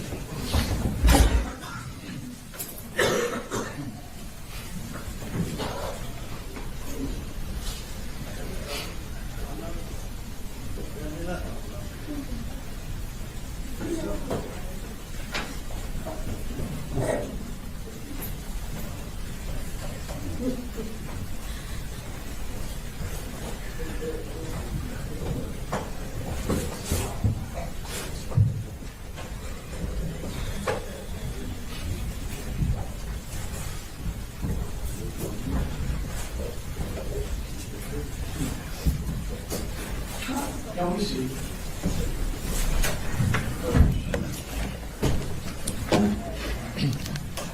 So, Mr. Craig, we were just talking about August 16th, and this is when Debbie's parents come, Marcee's parents, Debbie and Charlie, come get her.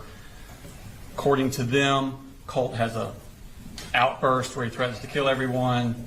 At the house, they drive to your work, give you the Zoloft. They tell you their version of events, correct? I don't know about the threatening to kill everybody in the house. That's not what I was told, but the rest of this is accurate. Okay. And I'm not showing this so much to go to the contents, it's more the timing. Okay.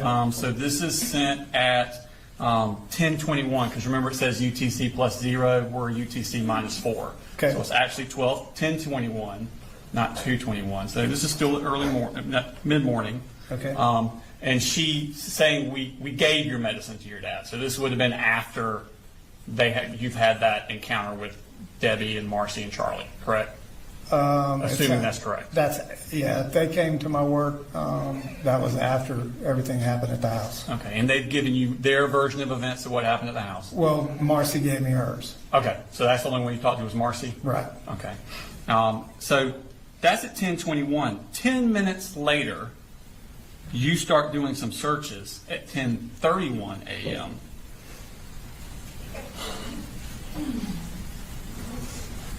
You search troubled teen options near Athens, Georgia. That's at 10:31. So you kind of believed Marcee a little bit, didn't you? Well, this was the ongoing conversations that we were having where I was trying to figure out what would be best for Colt. Because he's a troubled teen, isn't he? I think they all have been through more, all of the children and myself, than the normal person would, yes. Okay, so after you look here, you then visit at 10:32 Eagle Overlook Recovery. Correct. Okay, and we're going to go to that website there. And that's a treatment center for teens in Georgia. Correct. Okay, and then you go to Wolf Creek Academy, and that is here. Right. Now, that's a boarding school. Right. Okay. Now, at 11:46, so that would have been around 10:30 or whatever. At 11:46, so about an hour later, in the midst of your searching for psychiatric options, Colt texts you again. Hey, if we could get 150 rounds, that's fine. But could we get at least 50?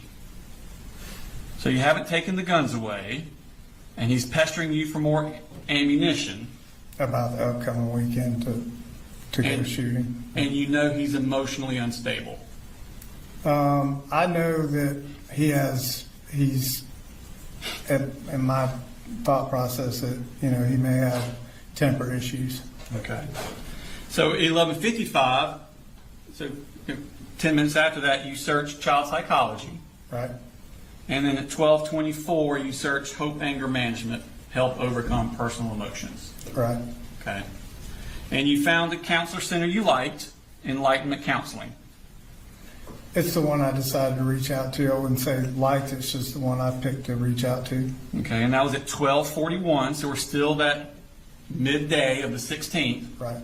You send a submission contact form to Enlightenment Counseling. Yes, sir. And it says, I'm a working dad of 3. Colt is my oldest, 14 years old. We've had a very difficult past couple of years, and he needs help. Anger, anxiety, quick to be volatile. Yep. I don't know what to do. I have United Healthcare. Can you help? Right. Anger, anxiety, quick to be volatile. Does that sound like a child who should have access to an assault rifle? To that point, even with his anger and being volatile at points and times, there was never any kind of threat or comment made from him about using a weapon negatively or otherwise. Okay.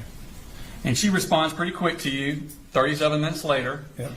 Thank you so much for reaching out. Would you mind sending me your number? I can give you a call to discuss services. You'll be a good fit for Colt.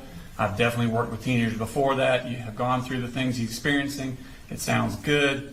I can go ahead and send out paperwork and get services started for him. Right. So she's good to go, right? Yep. Okay. And you respond back to her about getting a number, and if you miss it, please leave a message, and you will call ASAP. Right. Now, at 2:06, skip down the line.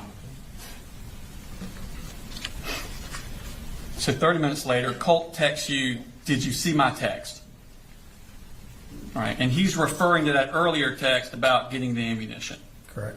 Okay. That one was 11:46. And you respond at 2:07, yes, later, I need to pay for everything first, but we will. Right. We will. You're actively looking for psychiatric treatment, but you're going to get him more ammunition. I'm actively looking for anger management to try to help calm him down in ways I could deal with that. And the ammunition was in regards to what we were planning to do the following weekend on a holiday. Okay. Which, But then at 2:52, you look for gun safes online. that's right. So this is all in that same time period. Yeah.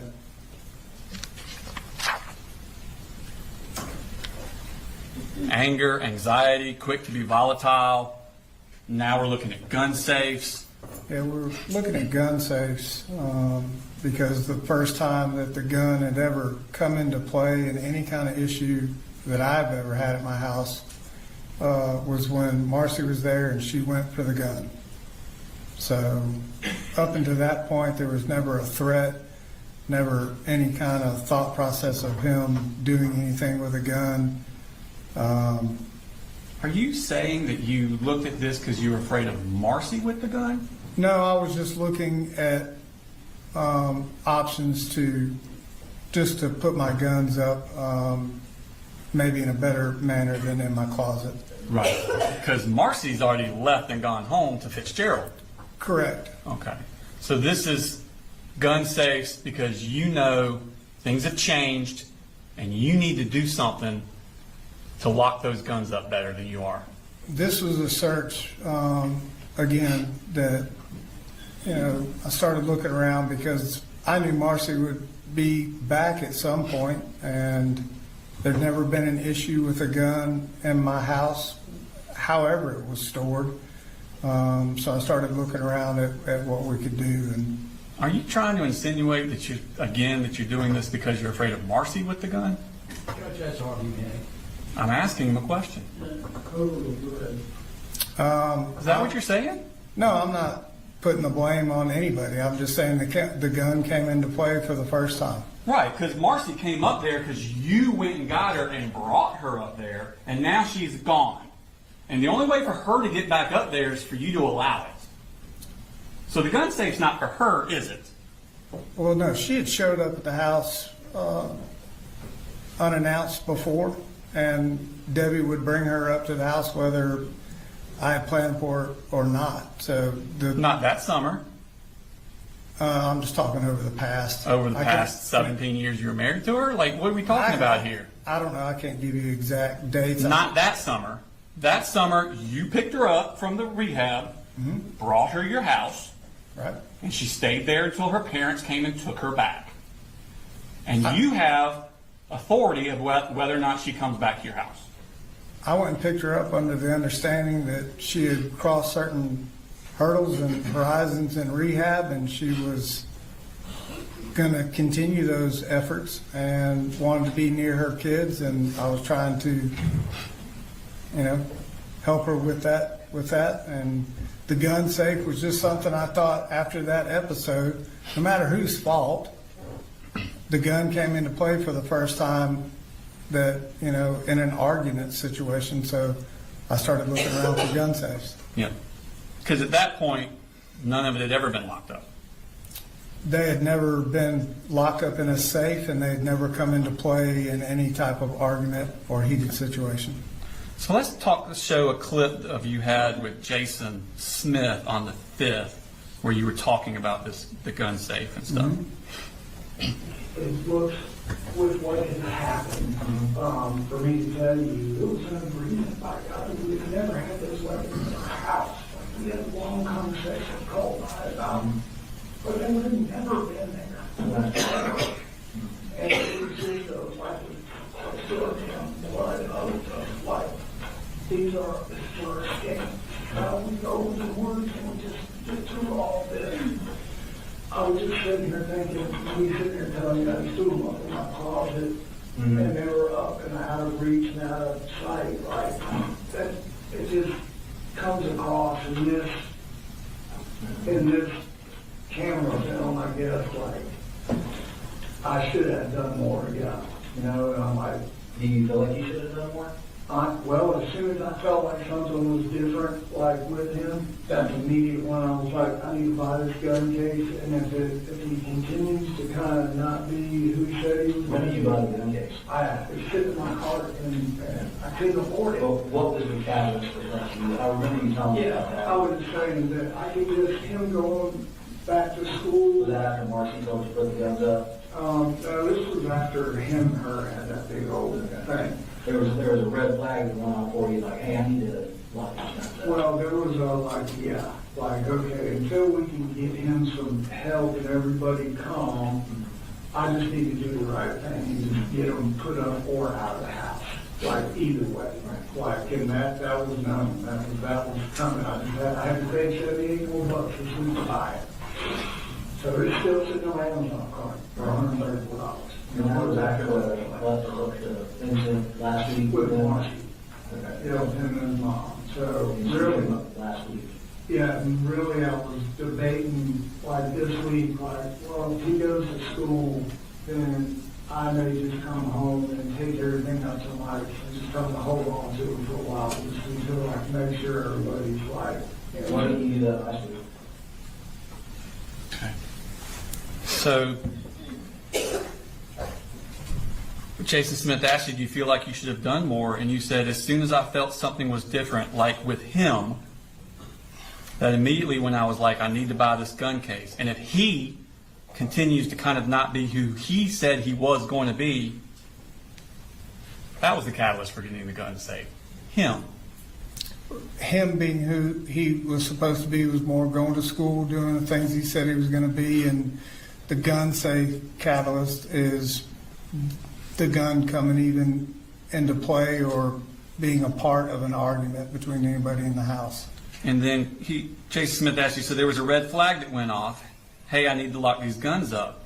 And you said, well, there was, like, yeah, until we can get him some help and everybody calm, I just need to do the right thing and just get them put up or out of the house. Yes, sir. Till you can get him some help.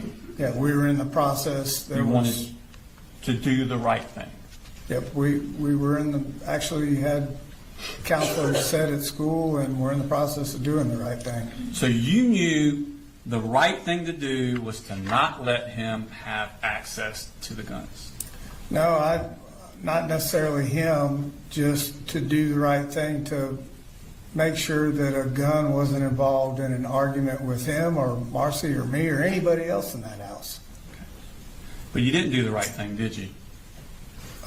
Immediately, no. Okay. As far as buying a safe, I did not buy a safe.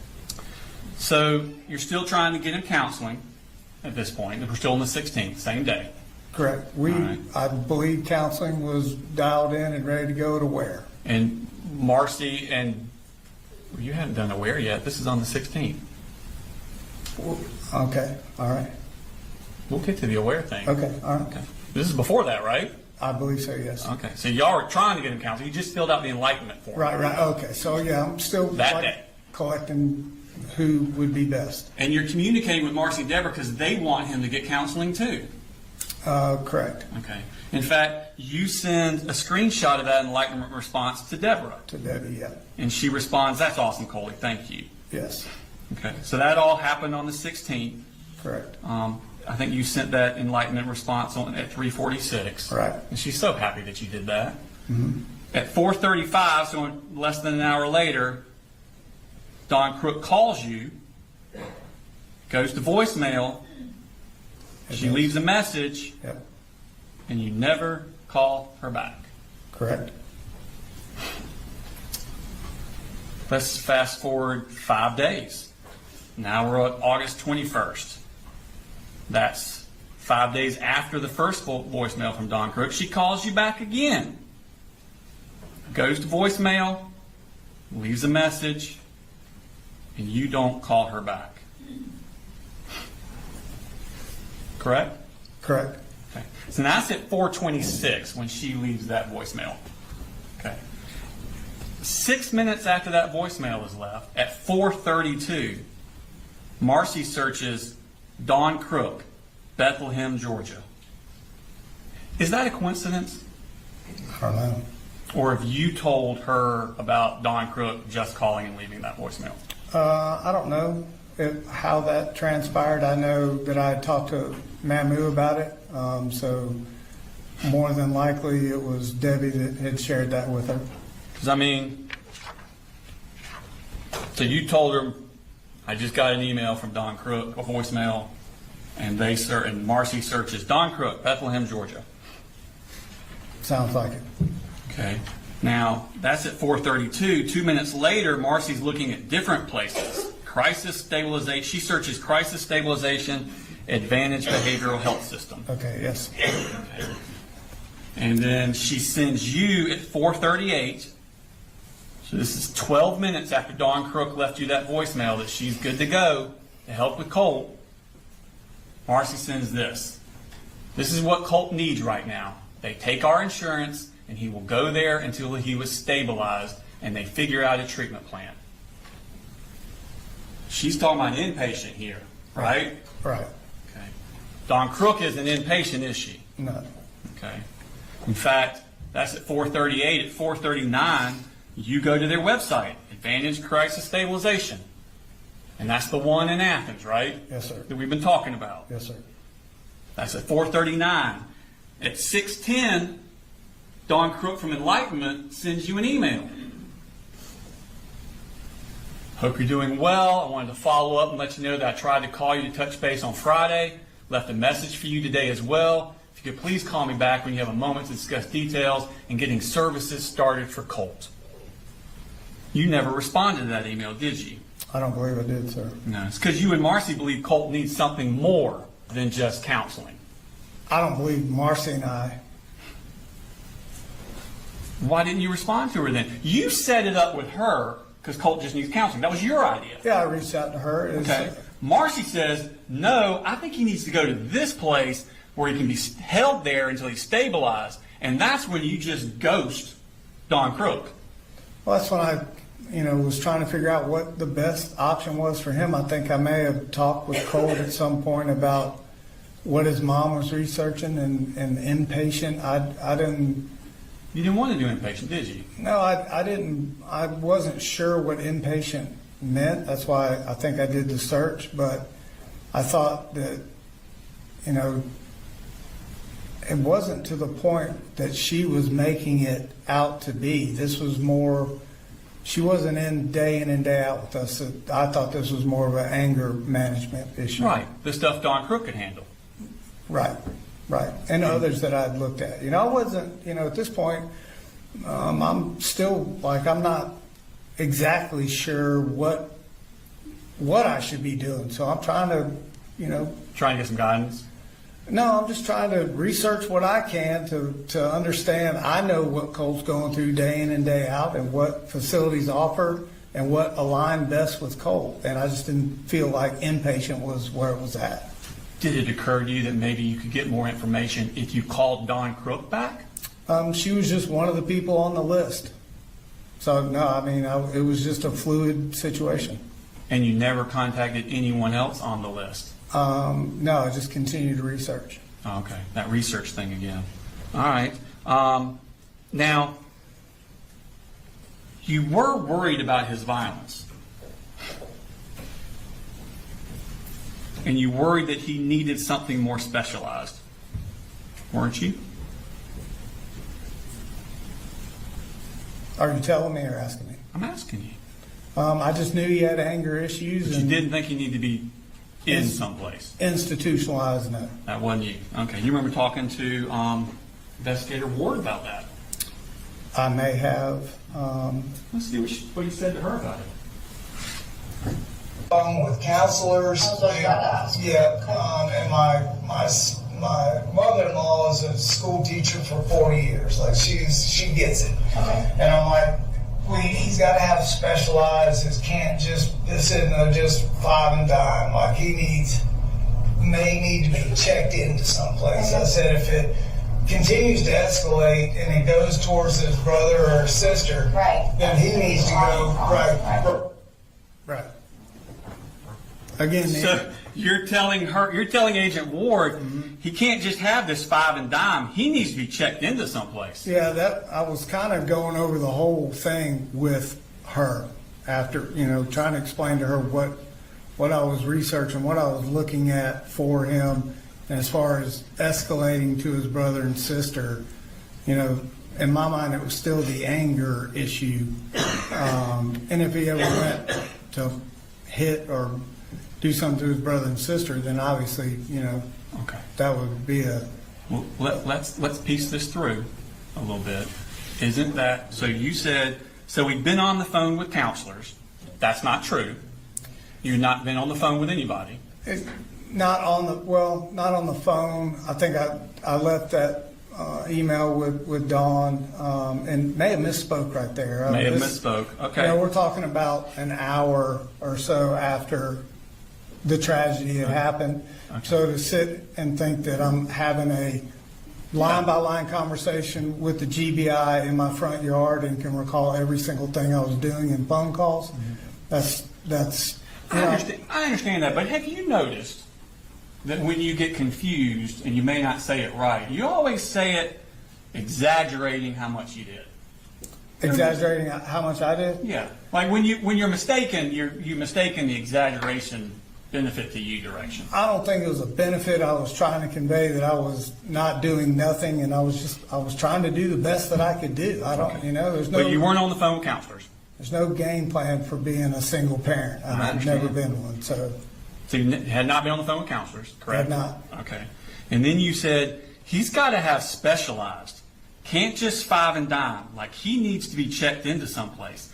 Isn't that the exact opposite of what you just told us?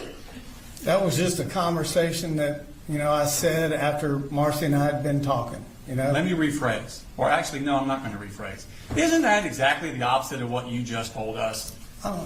If you say that's the opposite, then that's the opposite. You told us that Marcee wanted him to be institutionalized, put into a place, and you didn't think so.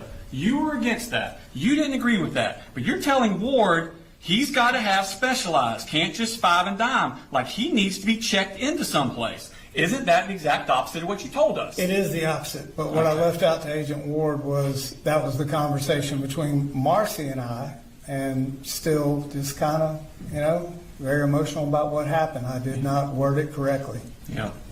And then you say, okay, I said, if it continues to escalate, and it goes towards his brother and sister, then he needs to go. Correct? That's what it says. If that violence that he's had, that you've seen, continues to escalate, and it goes to his brother and sister, he needs to go. Yes, sir. Don't you understand that if he has a rifle, it will be too late? Argument.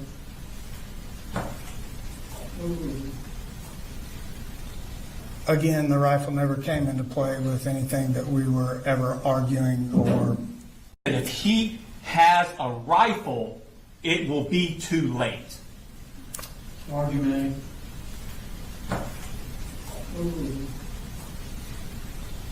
Again, the rifle never came into play with anything that we were ever arguing or. Why I even say that, but I'm going to tell you where I heard it.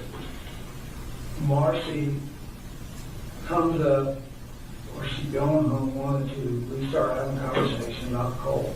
I'm like, Lee, when I got that kind of said to me, we were talking about counselors in school, and she's like, well, this is what he asked me. I'm like, okay. He said, she said, I was talking to him, he said, do you think I need to be, what is it? Do you think I need to be, or how do you get into an insane asylum? When did he say that? Here recently, to his mama. And she said that to me. And I'm like, what is that? So that's kind of like another another thing where, like I'm telling you, I can feel something is off, like this is not getting better. But for you, that all feeling's only been in the past month or so. Like we need to do something immediately, like, yeah. Right. So you felt like y'all needed to do something immediately. She's telling you feel something is off, Right. and y'all need to do something immediately. That's what you felt. Right. But you didn't do something immediately. I didn't do it immediately. Okay. Skip to the next case. It's the next one. Not the ward one.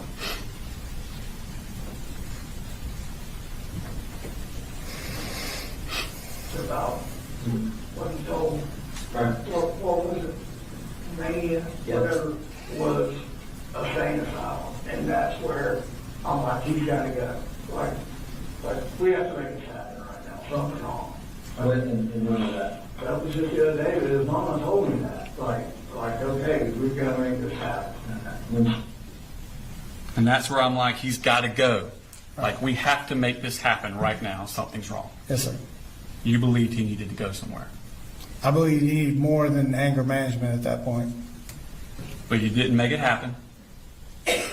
Not that day, no, sir. And Colt still has access to that rifle. He does. Okay. In fact, this photo was modified on August 21st. Yep, never seen that photo. But that's him with, that's not even the rifle. That's your other gun, isn't it? Never knew that happened. But he has access to your guns, doesn't he? Yes, he does. Next day, August 22nd, Thursday, Colt skipped school. Next day, August 23rd, Friday, Colt skipped school. The next day, August 25th, it's a Sunday, you search Advantage Crisis Stabilization, and then you searched again 5 minutes later, Advantage Crisis Stabilization. That's that place in Athens. Yes, sir. And that's you searching for it. Right. Okay. Monday, Colt had skipped school that Wednesday, Thursday, Friday before. He goes to school on that Monday, and that's the day he has the anxiety attack at school. Correct? Correct. Okay. And he goes to see Lisa Butler in the counselor's office. Correct? Yes, sir. Okay. And at 10:42 a.m., you get an incoming call from Colt. I'm going to pull up your records. So if you look there, this is all your phone call logs for that morning. Okay. I think the first one starts at 7:30 in the morning. And then you come down at 10:42, and that's where you get one from Colt Gray. Yes. Okay. And that's when he's calling to tell you that's actually, he's with Lisa at that point, correct? Yes. Okay. So you kind of talk to Colt and you talk to Lisa in that phone call. Correct. Okay. And then at 10:58, so shortly after that, 10:42, 10:42, you get an email from Lisa Butler with the Project Aware form. Correct. Show us that.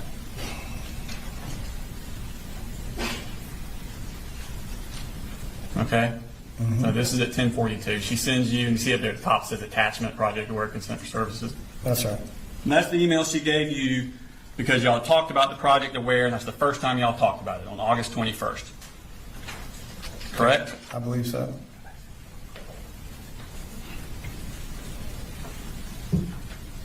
So going back to your phone calls that morning, you got from Colt Gray, from Colt Gray,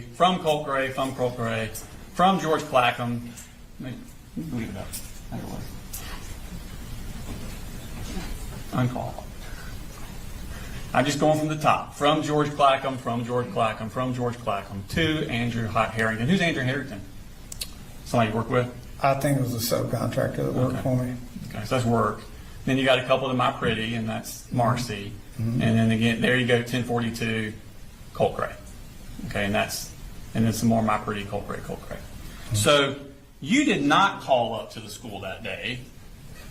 The school calls you through Colt, correct? I don't think she had the right numbers that Okay. she was calling me from, so when Colt called, I answered. But you don't call up there. I didn't know to call. She didn't have the right number. I answered Colt's phone call. What I'm saying is you didn't call the school that day. I don't think I had a reason to call the school that day until Colt called me. So you became project aware. You became aware of Project Aware because Colt has an anxiety attack. Lisa Butler reaches out to you through Colt, sends you the form. Right. That's not what you told Jason Smith, is it? Again, there was a lot going on. Everything, I think I told Jason Smith the same thing. Everything that we talked about, timestamp, dates, it may not have been correct. It was, Yeah. I'd been up all night with Jenny and may have got orders wrong of what was going on. So Yeah. if you're about to show something that Now we're going to play something. I said different, then I Yeah, did. it's a little different. I could not convince him to go back to school after he came back that second time. I don't know what to do at this point. So I called up there and said, I want him to see the in-house counselor. Can we do this and set it up? What's the counselor's name? Lisa, I need to look at my phone. Lisa Hughes, I think. She sent me an email and said, hey, they made contact at the school, and she said we would like to bring in a third party, the aware. Bring like third-party therapist, Yeah, or psychologist or something? Yeah, the awareness is the count. Okay. When were they going to do that?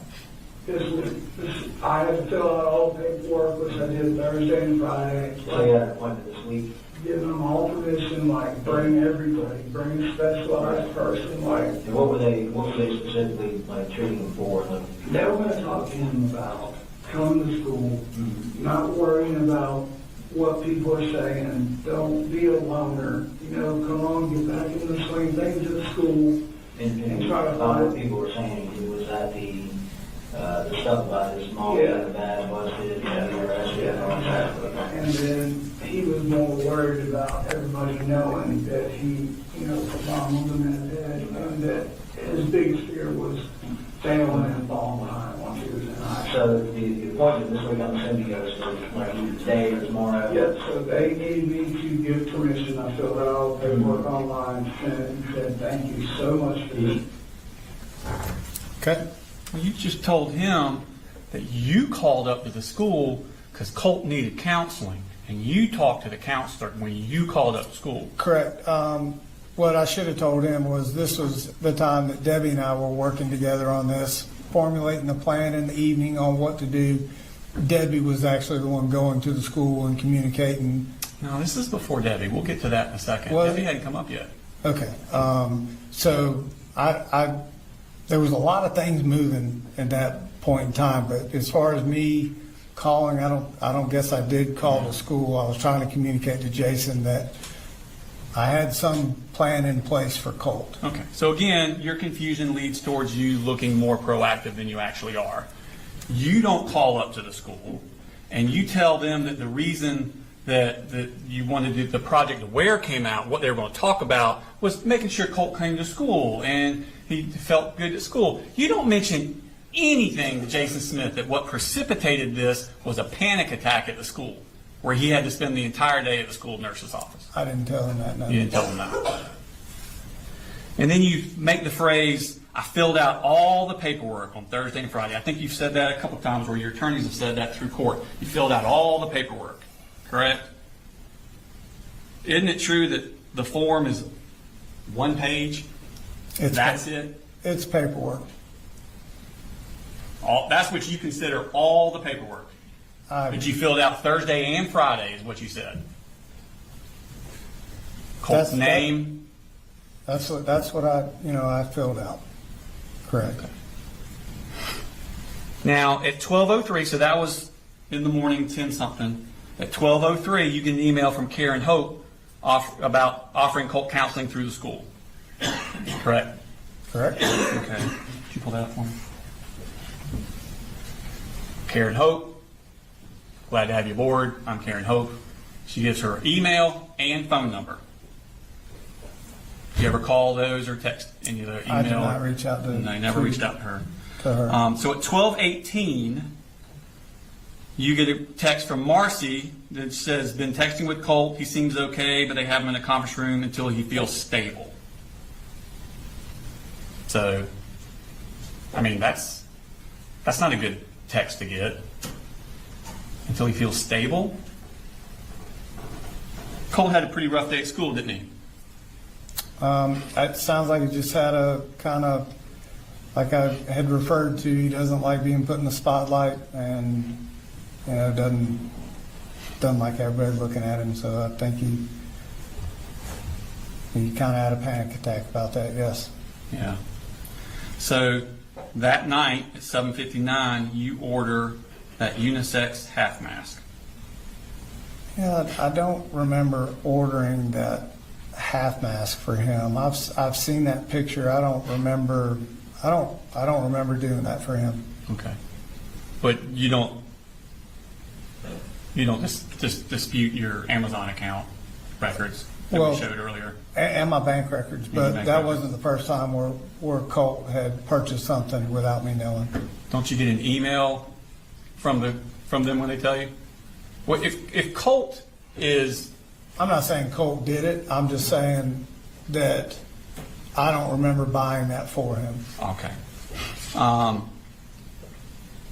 Mask arrives a couple days later, and let's go to the 27th. So that was the 26th. We'll go to the next day.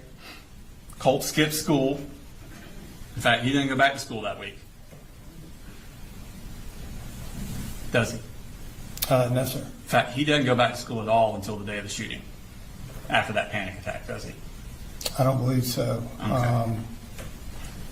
Now, Deborah Polhamus, Hang on, I'm not sure that, and I'll have to look. There may have been some days in there where I was told or thought he was going to school. okay, but that day, the 27th, the day after his panic attack, that's the day Deborah Polhamus arrives at your residence. Yes, sir. I And think that's when correct. y'all start talking about what we're going to do about Colt Right. with Deborah. Y'all were getting those plans together, I think you talked about. Yes, sir. Okay. And she's talking to you about advantage behavioral in Athens.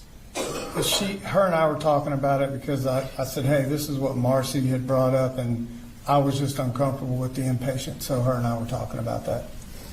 I thought we just went through all the interviews with Jason Smith and Kelsey Ward where you were saying he needs to go somewhere. Yeah, I don't dispute Okay. that, but Debbie and I were talking about that as well. Well, it just sounded like you were going back to the whole, I didn't want him to go I- inpatient. No, I'm just Okay. telling you what we were talking about. So she's talking about advantage again. In fact, she had called them on the way up there. We saw the phone records. Right. Okay. And that's when she tells you Saturday, nobody's there on Saturdays. I mean, no, they're not crowded on Saturday. It's a good day to go, didn't she? She said I could take him anytime. Anytime you want. Anytime there's an issue. Right. Saturday wasn't like Dad said. But Saturday was a good day, wasn't it? A good day to do it, according to her. Yeah, she said it was any day was good. But she specifically pointed out Saturday being a good day because they would not be crowded that day. Yes, she said Saturday or any day would be good. All right. Now, going to that Wednesday at 7:44 a.m., Colt texts you a text. I have to kind of dance around the inconvenient truth at times. I have no control over what these things say and tell me to do. Is this the first time Colt has said anything to you about voices telling him to do things? I don't know. He's telling me voices. I don't really remember this text. It's marked red. It says it was read at 7:45. I mean, I obviously read it I the read next it, minute. but I don't remember, him saying anything about voices or anything like that. It was an odd text that I got from him. You yes. don't have a recollection of I have to kind of dance around the inconvenient truth at times. I have no control over what these things say and tell me to do. That doesn't scare you? It was just an odd text. Okay. Well, 1 minute later, you text Marcee, call me. Right. And she immediately calls you at 7:46. And you talk for 6 minutes and 42 seconds. Correct? Yep. And that was about that text you just got from Colt. It may have been. I'm not sure what we talked about. You two were communicating regularly about your concerns with Colt. We were communicating about everything all the time, so it's hard to say. And within 2 minutes of getting off the phone with Marcee, you receive an email from Jade Baker at 7:54 a.m. And it says, "You are so welcome, Mr. Gray," because you had sent one earlier saying thank you. "You're so welcome, Mr. Gray. I'm the clinician who will be working with Colt. I plan to begin working with him early next week. Please let me know if you have any questions or concerns. I'm looking forward to supporting Colt. Have a wonderful day." And she gives her cell phone number. Yep.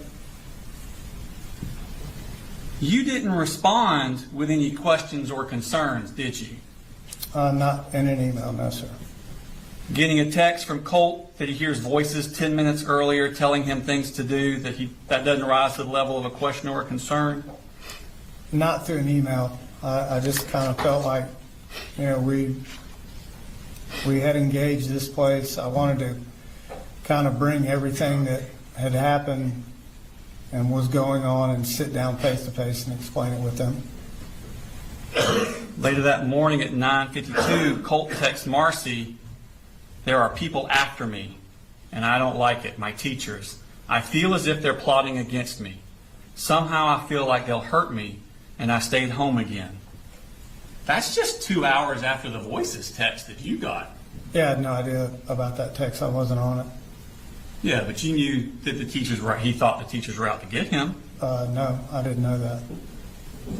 You don't remember Colt telling you that he feels like the math teacher was out to get him? I remember having a conversation and asking him about what he said to me, and the conversation was more about him kind of being called out in front of others in the classroom and asked to answer a question kind of in front of everybody. That she was more kind of, not after him, but just kind of putting the spotlight on him. That didn't raise to a concern that you would want to share with Jade Baker? Not at that point. I knew that he was worried about being in school, and as I'd said before, he didn't like the spotlight. He didn't like having to be standing in a room full of people he really didn't know yet and answering questions maybe he didn't have the right answer for. So in one day, Colt talks about having no control over the voices in his head, and they're telling him to do things. Yeah, he never said voices there. He says these things. Yeah, he just said these things. That's like I said, it was an odd text. He never said voices. Okay. And he still has that gun, doesn't he? We all have them, and they're in the closets. Oh, they're in the closet? Yep. Most of the time. They weren't in there every single day. No, they weren't. Had no There's idea. that mask. Yeah, I had no idea that picture ever existed. Don't know when he took it. Don't know where I was. Well, Don't there know was what time of testimony day. that was on the 28th, Right. that picture was taken. I'd You got never. the mask on the 27th. Judge, if you let him answer the question. I'm trying to explain to you, I've never seen this picture I know you before. haven't. I know you haven't. You Well- said that already. Right. So But what I'm saying is, the picture itself is evidence, isn't it? Colt has that gun after he had the mask, yep. which was delivered on the 27th, and this picture's on the 28th. And that I had no idea that he had the gun or when he. But he does, is what I'm saying. Obviously. Obviously. The same day, he talks about having no control over what these things say and tell me to do. Let's go to and now, this is on the 28th. This is exactly 1 week before he kills 4 people. Let's move to the next day, the 3rd, August 29th. It's a Thursday. Colt skips school again. Now, at this point, Marcee 2:59 p.m., she Googles school shooter Nick. And then at 3 p.m., she Googles school shooter parents charged with manslaughter. And then Marcee looks at a CNN article, what James Crumley's manslaughter conviction means for parents. And then at 3:05, just 6 minutes after the first search, she Googles, why were Ethan Crumley parents charged? And then Googles what led to James and Jennifer Crumley's guilty verdict. And then 4 minutes later, Googles safe storage laws, Georgia. And then 1 minute later, safe storage laws, Georgia. And then 1 minute after that, looks up Giffords, which is that thing we saw about safe storage and saving kids from gun violence. That's a lot of searches in 15 minutes for Marcee, isn't it? I have no idea what she's texting or researching or when she's doing it. She's not discussing these issues with you? No. I mean, for 15 minutes, that's all that's on her mind. Parents getting charged for a school shooting, gun safety, locking guns up. She's searching just that for 15 minutes straight. She never told me anything about searching any of those. Because she called you right after. Correct. All right. There's all her searches. Yeah, I've seen this. She calls you the very next minute at 3:52. Mm-hmm. Or you call her at 3:55. You call her back at 3:55. Yeah. Okay. I don't think I answered when she called. I'm not sure. So you call her back at 3:55. Correct. All she'd been thinking about before she called you was this parents being charged with a school shooter. No idea what she's thinking about. And y'all talked for 14 minutes. Correct. Okay. And as soon as you guys hang up, because she called it 3:55, you go 14 minutes from that. Now you're at 4:11, 14 minutes later, she looks up again what led to James and Jennifer Crumley's guilty verdict. Okay. All she's thinking about, calls you, talks for 14 minutes. The minute she hangs up, right back to it. Okay. And she never mentioned it to you at all? She didn't mention it to me. Wow, cool. Okay. Do you want to know what we talked about, or Couldn't care less. I apologize, Your Honor. you don't want to know what the phone call was that I called her about? Does that matter? It doesn't really to me. Okay. So she goes right back, and then you call her right back. Okay. 4:19. You call her again at 8:09. Mm-hmm. You call her again at 5:03. You call her again at 5:12. You call her at 5:31. You call her at 5:41. That's 6 calls from you to Marcee in less than an hour and a half. Correct? Yes, sir. And then again, as soon as y'all stop talking, she goes right back to searching the same things.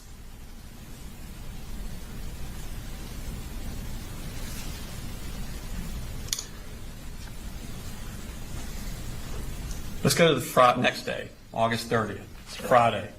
It's a holiday. Colt texts you that morning, you forgot to give me my Zoloft. Correct? Yes, sir. So you're giving him the Zoloft. I was not giving him the Zoloft. Well, Marcee left on the 16th, Oh, I know she did. and you had the Zoloft She gave me the Zoloft in a Ziploc bag. Yes, sir. on the 16th. I believe that's when it was. All right, so this is 2 weeks later. Right. Colt takes it every day, right? Not from me. He had been taking it prior with her. Every day. I guess. Okay. So 2 weeks after he hadn't been getting it is the first time he ever says, you forgot to give me my Zoloft. Correct. We had had conversations about the way I received the Zoloft and what it looked like in the Ziploc bag. Up until that point, I was under the understanding that, she had talked to her doctor or what have you, and it was just in a Ziploc bag, and I didn't, I never really felt comfortable with the Zoloft with her and giving it to him. So I would forget to give him his Zoloft. I had to actually put it up in a cabinet. And really, there was a stretch of time when he wasn't always acting out, and he wouldn't ask me for Zoloft, and I wouldn't give it to him. But you gave him Zoloft at some point. I don't think I ever gave him Zoloft, which ends up being some of the arguments that we had was him wanting it. And I just didn't feel comfortable knowing that she broke apart her pills into this smaller section of Zoloft. Mr. Gray, I don't want to cut you off, but I'm having a hard time following what you're saying. Sure. Let me ask you this question. Right? She leaves on the 16th, gives you the Zoloft. Yep. On the August 17th, does Colt say, you forgot my Zoloft? When was that text? I'm asking about the 17th. Oh, That I don't know. That was the 30th. Yeah, no, I don't think. So now on the 17th. The 18th? 19th? Not that 20th? Not that I can remember. 21st? 22nd? Stop me when you remember one. 23rd? That I gave him Zoloft? 23rd? No, I was against the Zoloft. 24th? Not that I can 25th. recall, I don't think. 26th? 27th? 28th? 29th? So all of those days, you have not been giving Colt Zoloft. And he wants it, doesn't he? I don't know if he wants it. He's taking what his mama told him he needed to take. But on the 30th, 2 weeks after he's had been having Zoloft, he doesn't say, Dad, give me my Zoloft. Why aren't you giving me my Zoloft? Right. I've been asking for my Zoloft. He says, you forgot to give me my Zoloft. It sounds to me like he's implying you have given it to him before. That was our kind of, instead of I'm not giving it to you and starting another argument over Zoloft, I would say, oh, I forgot. So I would not be giving him the Zoloft. I wasn't comfortable. So that's not how you read that text, that you had been given it and you forgot that day? I mean, that's how he texts his mama, but I would tell him I forgot to give him the Zoloft. I just wasn't a proponent. I didn't know enough about Zoloft to be giving it to him All right. in So- those type of dosages. So. Okay. So at 4:39, still on the 30th, you text Marcee at picture, and it says street tacos tomorrow. Right? This is on the Friday the 30th. Okay. Okay. And she writes, hell yes, I can't wait. Me and Mama just got back from the hospital. She had to go get blood work drawn for her pre-op stuff. Okay. So you're planning to see Marcee on Saturday. Originally, we were. Okay. And she's excited to come up to see you. She was excited to see little Colin. Okay. So let's skip to the 31st. That's Saturday. And she texts you at 10:24, about to leave Fitz. Mamu isn't coming. Dad's birthday. Correct. Can you come down? So she'd Right. have to do that. And you don't respond. Correct.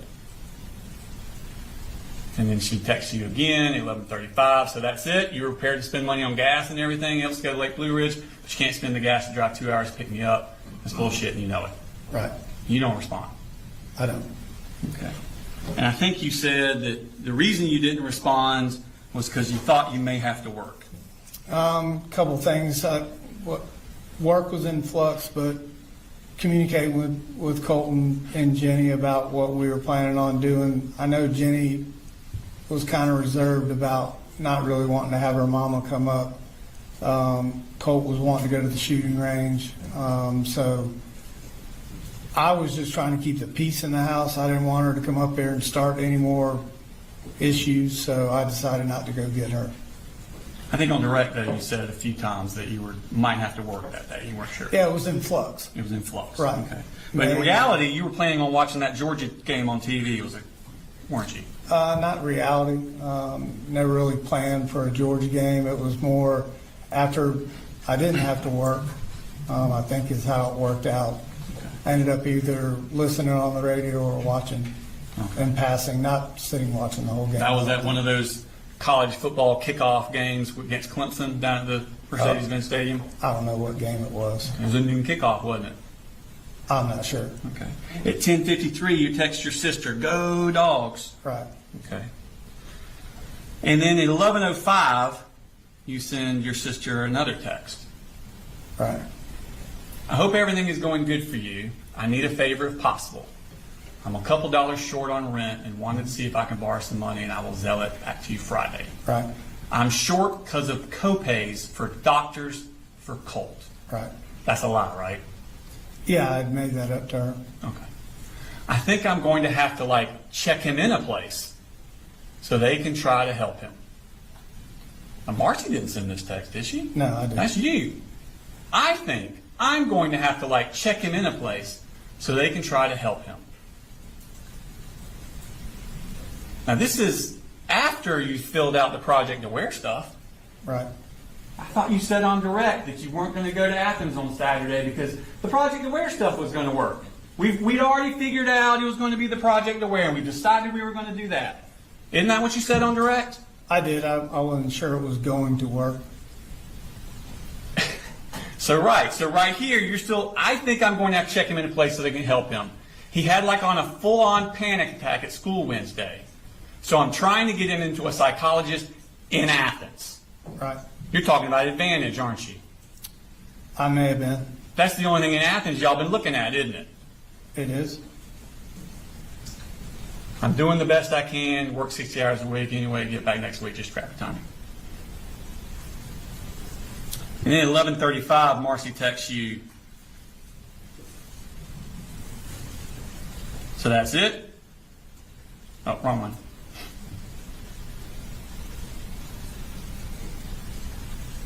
So that's it? You're prepared to spend money on gas and everything? That's bullshit and you know it. Mm-hmm. And again, you don't respond at all. You're still watching the game, at this time talking to your sister. I don't know what I was specifically doing, and I did send a text to my sister. You don't remember sending a text at 12:48. It's a dang defensive battle. Who would have thought this is going to be a low-scoring game like whoever has the ball last is going to win?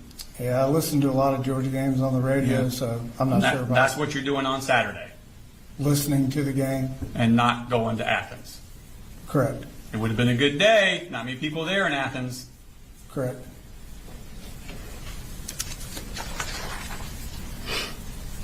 But you did go to Athens, didn't you? Yeah, I went to Guitar Center with You went to Colt. the car center. Bought that Fender cat, the one that he used to conceal his rifle. Correct. Okay. So let's go on to the Sunday, September 1st. 1 o'clock, you get a text from Marcee. Why are you doing this? You never respond. Did you? Nope.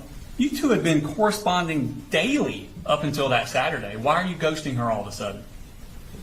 This was just a kind of the ongoing thing that Marcee did throughout the years, and once I said I wasn't sure if work was in flux, it started an argument. I knew it was going to, and I was just trying to keep it from getting what it typically ended up being through the years. This is what Marcee does through the years? You're the one ghosting her. I'm ghosting her because of how she's done things through the years. Just trying to not let this turn into an episode. It wasn't an argument about the fact that you weren't coming to get her so y'all could go to Athens behavioral health. This was an argument about not coming down there to get her at all so she could see little Colin. Why didn't you? Why didn't I? Because work was in flux. It's a 9-hour ride. And my kids, older two kids, weren't really jazzed about her being there. So you just ignored the problem? I ignored her. Monday's a holiday, Labor Day, and then on Tuesday, Colt skipped school. Correct? I believe so. That brings us to the 4th. Jenny sends you a lot of text messages. Not going to go through all of them. I'm in lockdown. 3 people are dead at the high school. You ask, how do you know? How do you know? People are saying there was an email. Please, I'm scared. I can't call you. I'm in lockdown. Did you talk to Colt today? Are you coming to the school? You reply, yes. And at 11:15, I'm on the way. Have you heard from Colt? And then at 12:19, you text Jenny, have you talked to your brother? And she replies, no. But I think we were thinking the same thing, and I don't want to talk about it over text. And then you respond, yep, 10-4. You didn't ask for clarification on what she meant. Yep, 10-4. You knew at that time it was Colt who did this, and Jenny knew too. I didn't know that Colt had done this. It was obvious to everyone in that house, wasn't it? No, sir. And then you stopped at, well, first off, you tell your boss that you have to leave because Colt broke his arm? Correct. George is not my boss, and I told that because sometimes George can be scattered at best.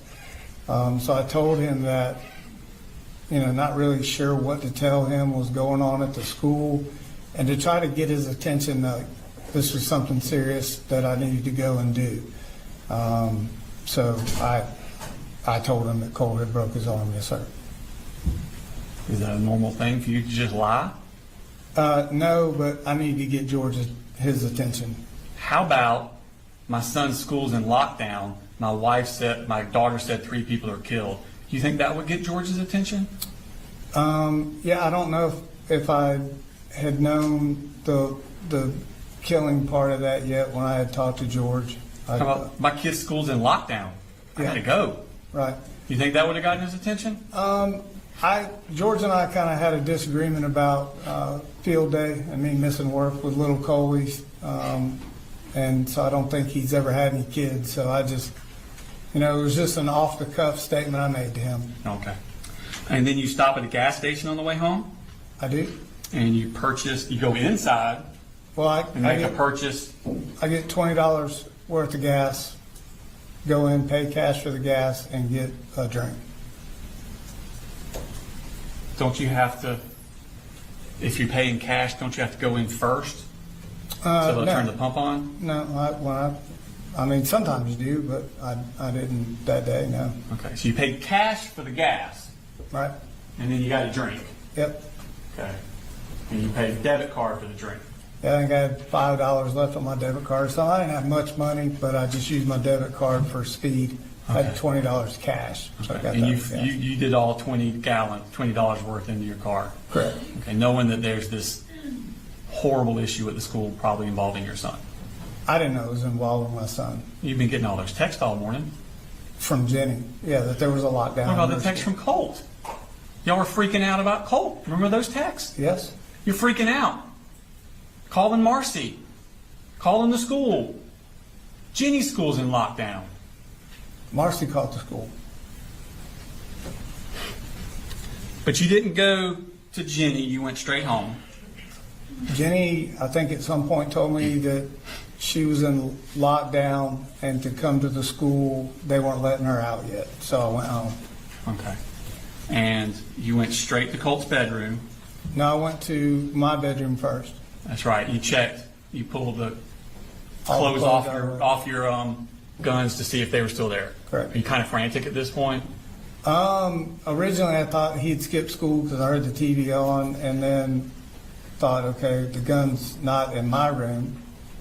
So I went to his room and looked and didn't see the gun in there either. Okay. But you went to your room first, Correct. to your closet. Yes. 'Cause that's where the gun's supposed to be. Up on that shelf, And yes, you sir. pull your clothes off, Right. and there are your guns. Correct. Okay. This is the picture that Heather Lashley got of your closet when she went in after this. Right. Did you put the clothes back? Oh, no. Between the jeans and the blanket is really what covered them all. Just pulled it apart, set everything back. And you set it back? I didn't set it back. I just kind of kept it in place right there. And you can see, typically it's in the middle-ish behind that little small box of ammo right there. That's where they, you just had to move that blanket, that little boggin hat, and you could see them. Do you not remember the sentences you just said?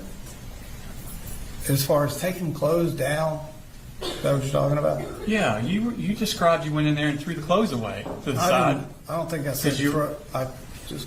Okay, moved well, we'll let the clothes. jury decide what you I would don't say. think I said throw them down. If I did, All right, obviously, the jury will make all the decisions. Right. Go ahead and ask the next question.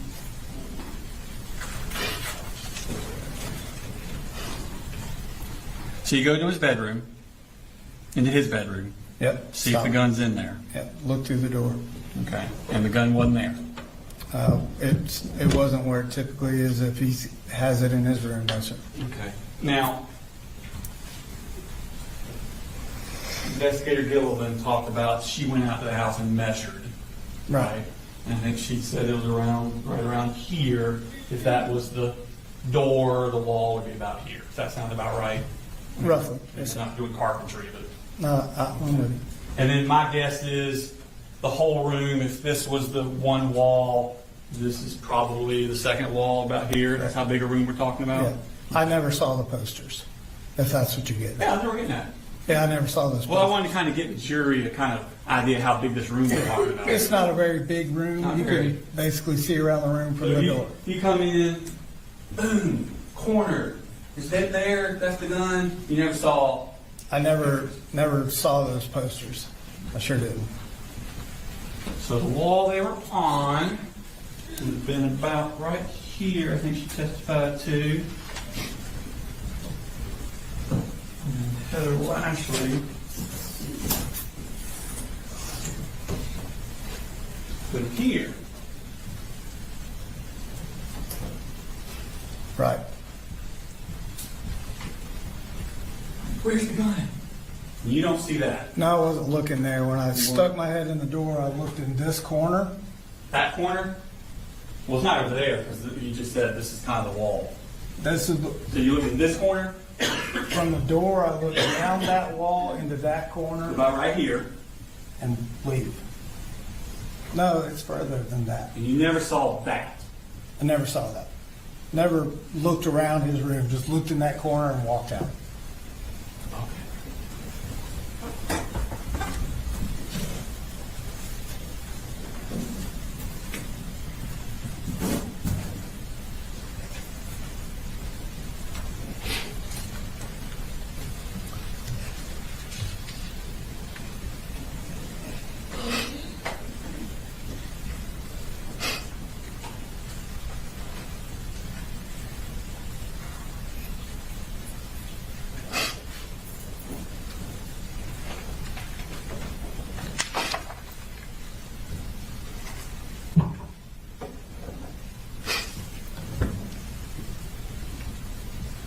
So when Basnet and Townsend arrived, you arrived at the house at 12:27, based on the cell right location. That sound about right? Sounds about right. Yes. And then Basnet and Townsend arrived at 12:32. So you're home 5 minutes total.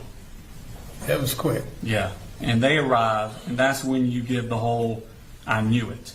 Right. Okay. And what was the explanation you gave in direct as to why you knew it? Just the texts, the calls I got from Marcee, just trying to piece it all together, listening to the radio on the way home, gun not being in the house. It just kind of was like, oh shit, this might be Colt. Am I mistaken, or didn't you say something in direct about Marcee telling you that Colt had been obsessed with school shooters, and that's why you knew it? Yes, she had, in one of her phone calls, she said, I know this is Colt. And I said, well, something along the lines of, there's no way you need to calm down. And she said, he talked about it all the time. And I said, what? Okay. You never gave that explanation to Townsend. No, I didn't. In fact, he asked. You said, I knew it. And he said, why do you think that? That'd be the perfect time to answer the question like you did on direct. Right. Did I answer him? Yeah, you did. What did I say? Let's see.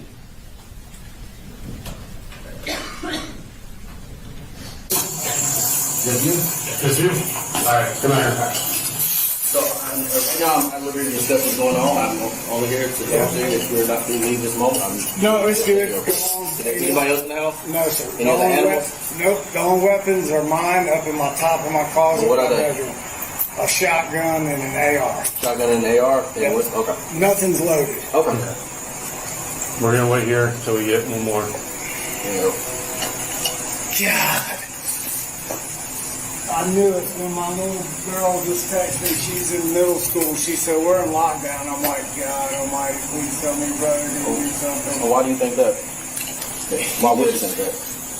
We're trying to get him into counseling. He just didn't fit in last year at high school, so we let him do online school. And, we brought him back into just doing normal school this year, and it was going okay. We reached out, talked to the school, and said, "Hey, y'all got counselors. We wanted to, check in." I filled out some paperwork the other day for another, a third-party counselor to get involved. I think it was called Aware.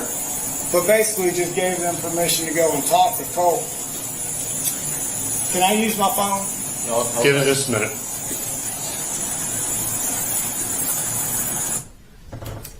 This is 5 minutes. It's only Okay. 5 minutes have passed. You don't say anything to him about, well, the text messages with his mom, and she said something about school shooting, and none of that. Right. There was a lot on my mind at that moment. Yeah, talk about Project Aware with him. And didn't you tell him the same thing? I called up to the school wanting to talk to the counselor. Just conversation. It wasn't, Yeah.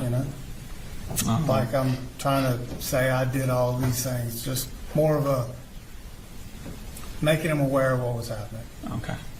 None of it about the Project Aware, but you didn't call up the school like you told him. No, And you didn't say anything to him about you knew this because of Marcee's text. I did not at that time. No, sir. In fact, you had an interview with Kelsey Ward not too long after that, didn't you? Yes, sir. I believe we covered that. And she's talking to you about what happened, what's going on. You never mentioned it to her either about Marcee's text and school shooting. She said school shooting stuff. You never mentioned that to her either, did you? I did not. No. Wasn't top of mind, was it? Well, there's a lot. It's top of mind today, isn't it? It is. Yeah. But you did talk to Kelsey about the picture on the wall, correct? Correct. Okay. And you said you saw a picture about 2 days ago, so 2 days before the shooting, on Colt's wall.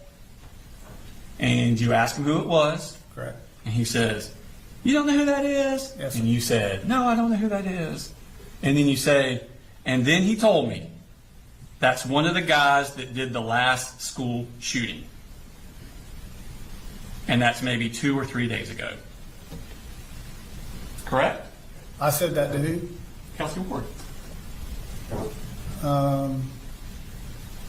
I think after I went back the second time and asked him who was in that picture, he said that was a person that did a school shooting, and I think I told him to take it down.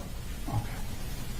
So he did tell you 2 to 3 days before the shooting that on his wall was a picture of someone that had did the last school shooting. He did a school shooting, I think is what he said. Okay. On your son's wall. One picture, yes, sir. Less than 2 years, well actually like 17 months after Jackson County had come to your house about Colt threatening to shoot up a school. He's putting a picture of a school shooter on his wall, isn't he? He did. And he told you that's who it was, didn't he? He did. And you didn't do anything to remove that gun, did you? The gun stayed where I thought it was located. And I want to get something straight, because Heather Lashley already talked about this. Colt's room, here's the door. Nothing on this wall. Nothing on this wall except that little antler from the deer he shot, which is what, about this big? Give or take. That on that wall. Nothing, nothing, nothing. Correct? His bedroom was moved into the laundry room at that point. That was just where he was in the computer room. In this room, where the picture of the school shooter was His computer. where that shrine was, was his computer room. nothing but the deer head. Right. That, nothing, nothing, nothing. Yes, sir. But that The was only thing on his wall other than the deer head is that, not and his you bedroom. didn't see it. Judge, if you let him answer, I'm trying. cut him off. That was not his. Huh? I said, go ahead and answer the question. That was not in it, that was not his bedroom at the time. Well, I don't care where he slept. That's his room. No, it's not his bedroom. That's his room. his computer room. His room. It was a gaming room, but all the kids were in there at some point in time. That's Colt's room. His bedroom was moved into the laundry room. I know that. We've established that. But that's Colt's room. Prior, yes. When we first moved in there, that was Colt's room. On that day, that's Colt's room. Okay, it's Colt's room. Thank you.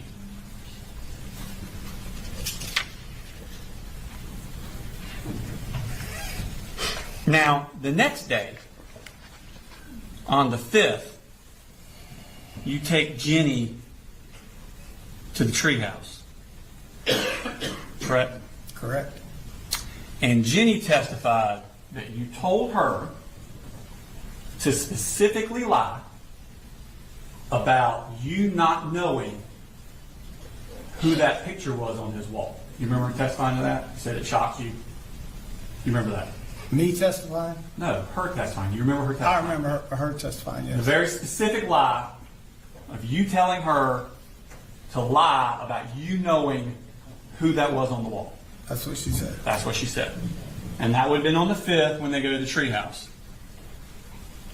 That same afternoon, after that, you have an interview with Jason Smith. Correct? Correct. And he's talking to you about that picture on Colt's wall. Correct? Correct. And you tell him the exact same lie that you had just told Jenny to make. Didn't you? I'm not sure what I told him about that picture. All right. I know it came up, so it's been a minute. When I went in and said, hey, what do you want for dinner? This was probably a week ago. And it's like, hey, I'm going to fix some dinner. You want pizza? What do you want to do? And I'm like, who's that? And he's really into music. Like, learning how to play guitars and all that. He looks just, I thought it was the guy from Green Day. Like, I'm like, oh, that's that old man from Green Day that his son, I told you, has a band. He's like, no, that's not who that is. I'm like, Who was it? he never did tell me. I said, he goes, you know who that is? I said, no. I said, I think it's that guy from Green Day. Like whoever it is, this bag glasses, he had a more pair of eyeglasses on. And I laughed, he laughed, and that was that.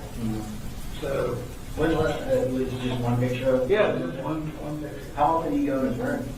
I now go in there almost every day. You know, the door's open, he's on the computer, it's dark. You know, hell, there's no one place that I'm in because I'm trying to, do laundry, cook dinner, take out the trash, cut the grass. So you go in there every night, Sunday night, you go in there every morning, what do you go in there to, like me or my wife, sometimes we go, I'll go in there and just sit down and hang out because my kids like to play games. Yeah, so he does that and I go in there and what? You just got one picture of glasses. Yeah, just that one right there by his computer. That was the only thing on his wall. That was on the Yeah, and then. Can I take a picture real quick? Yeah.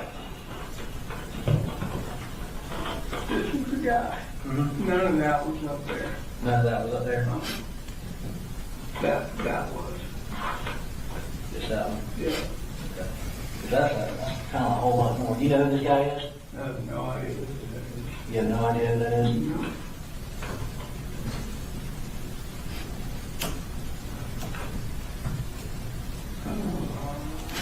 Can you see that I over think there? that's it. Yeah, the deadly toll 17. You got the guy that sounds anymore. No, that is a school shooter, and his name is Nicholas Cruz. That's the same guy. That's the same Yeah, guy. same guy. Okay. That's the only thing I can see. We got pictures from his social media down here. This is in his room? Yes, sir. I'm telling you right now, I never saw any of that. There was one picture, that one, right there. And you woke him up for to go to school. weren't you? Yeah, no, here's what I'm gonna tell you. So when Jenny moved in, I said, hey, you're living with us, I'm gonna give you the master bedroom with private bath. Right. I'll sleep in the bunk bed with visitors. The right thing to do. So I had Colt set up on a couch out in the living room. And then when I saved up enough, I bought a queen size mattress and just bed frame, no box frame, and set it up in a laundry room, just kind of a big room, like I was gonna make it my bedroom. So the goal was like, Colt, your room is packed with all this stuff that you got going on, computers and, golf clubs, all this stuff. I said, you need to start getting better sleep, so I want you to make this your room back here. Sleep in the bed instead of the couch. When you made that transition? Probably a month ago.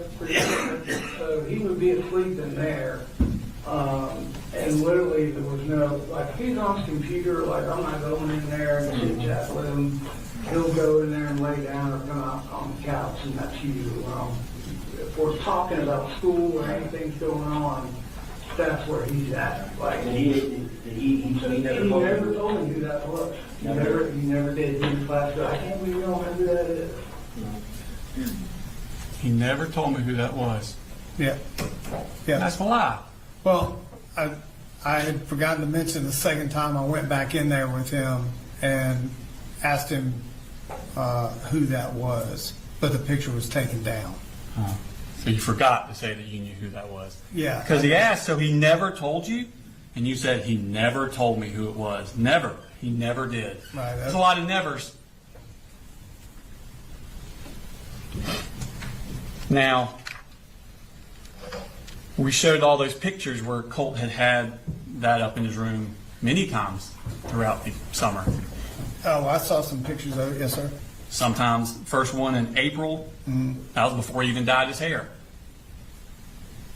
There was another one on August 13th. That's the night before his first day of school. Correct. And those pictures are different than what's on that poster board. Oh, no. Remember, she said it flips because the selfie? No, I And mean, if you look, see the top of it is here, and if it flips, exactly the same. right. Yeah, isn't that cool? Yeah, but the upper parts. It's because of the top. See, there's a gap between. Right. Yeah, okay.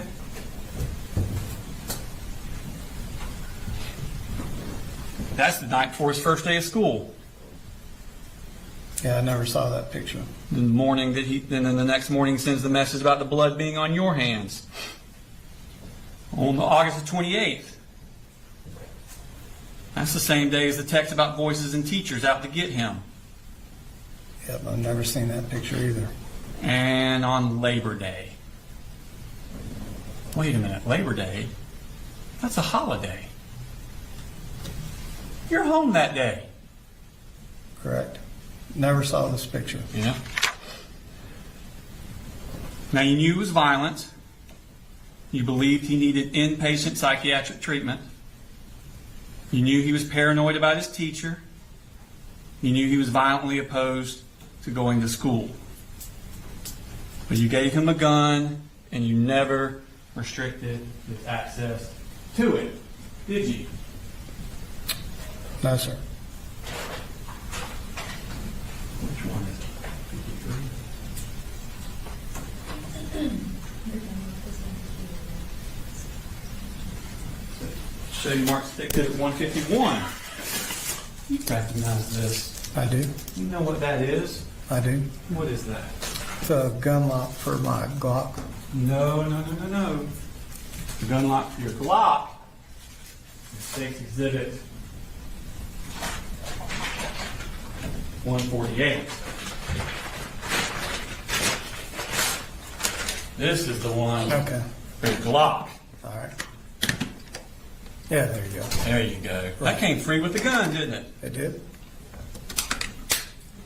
This one. This one was the one found in Colt's closet. This came free with his gun, didn't it? I don't believe so. I don't think I got any gun locks with any of the long rifles I purchased. Oh, so you purchased this separately? Whose? This. No, I had one prior from another handgun that I bought. And you let Cole have it? I didn't give it to him directly, no. It was in his closet. If that's where it was found, yes. You know how these work. I do. And you don't need to buy these from Amazon. Nope, They were already in the house. they were. They had always been in the house. Not even out of the wrapper. No further questions, Your Honor.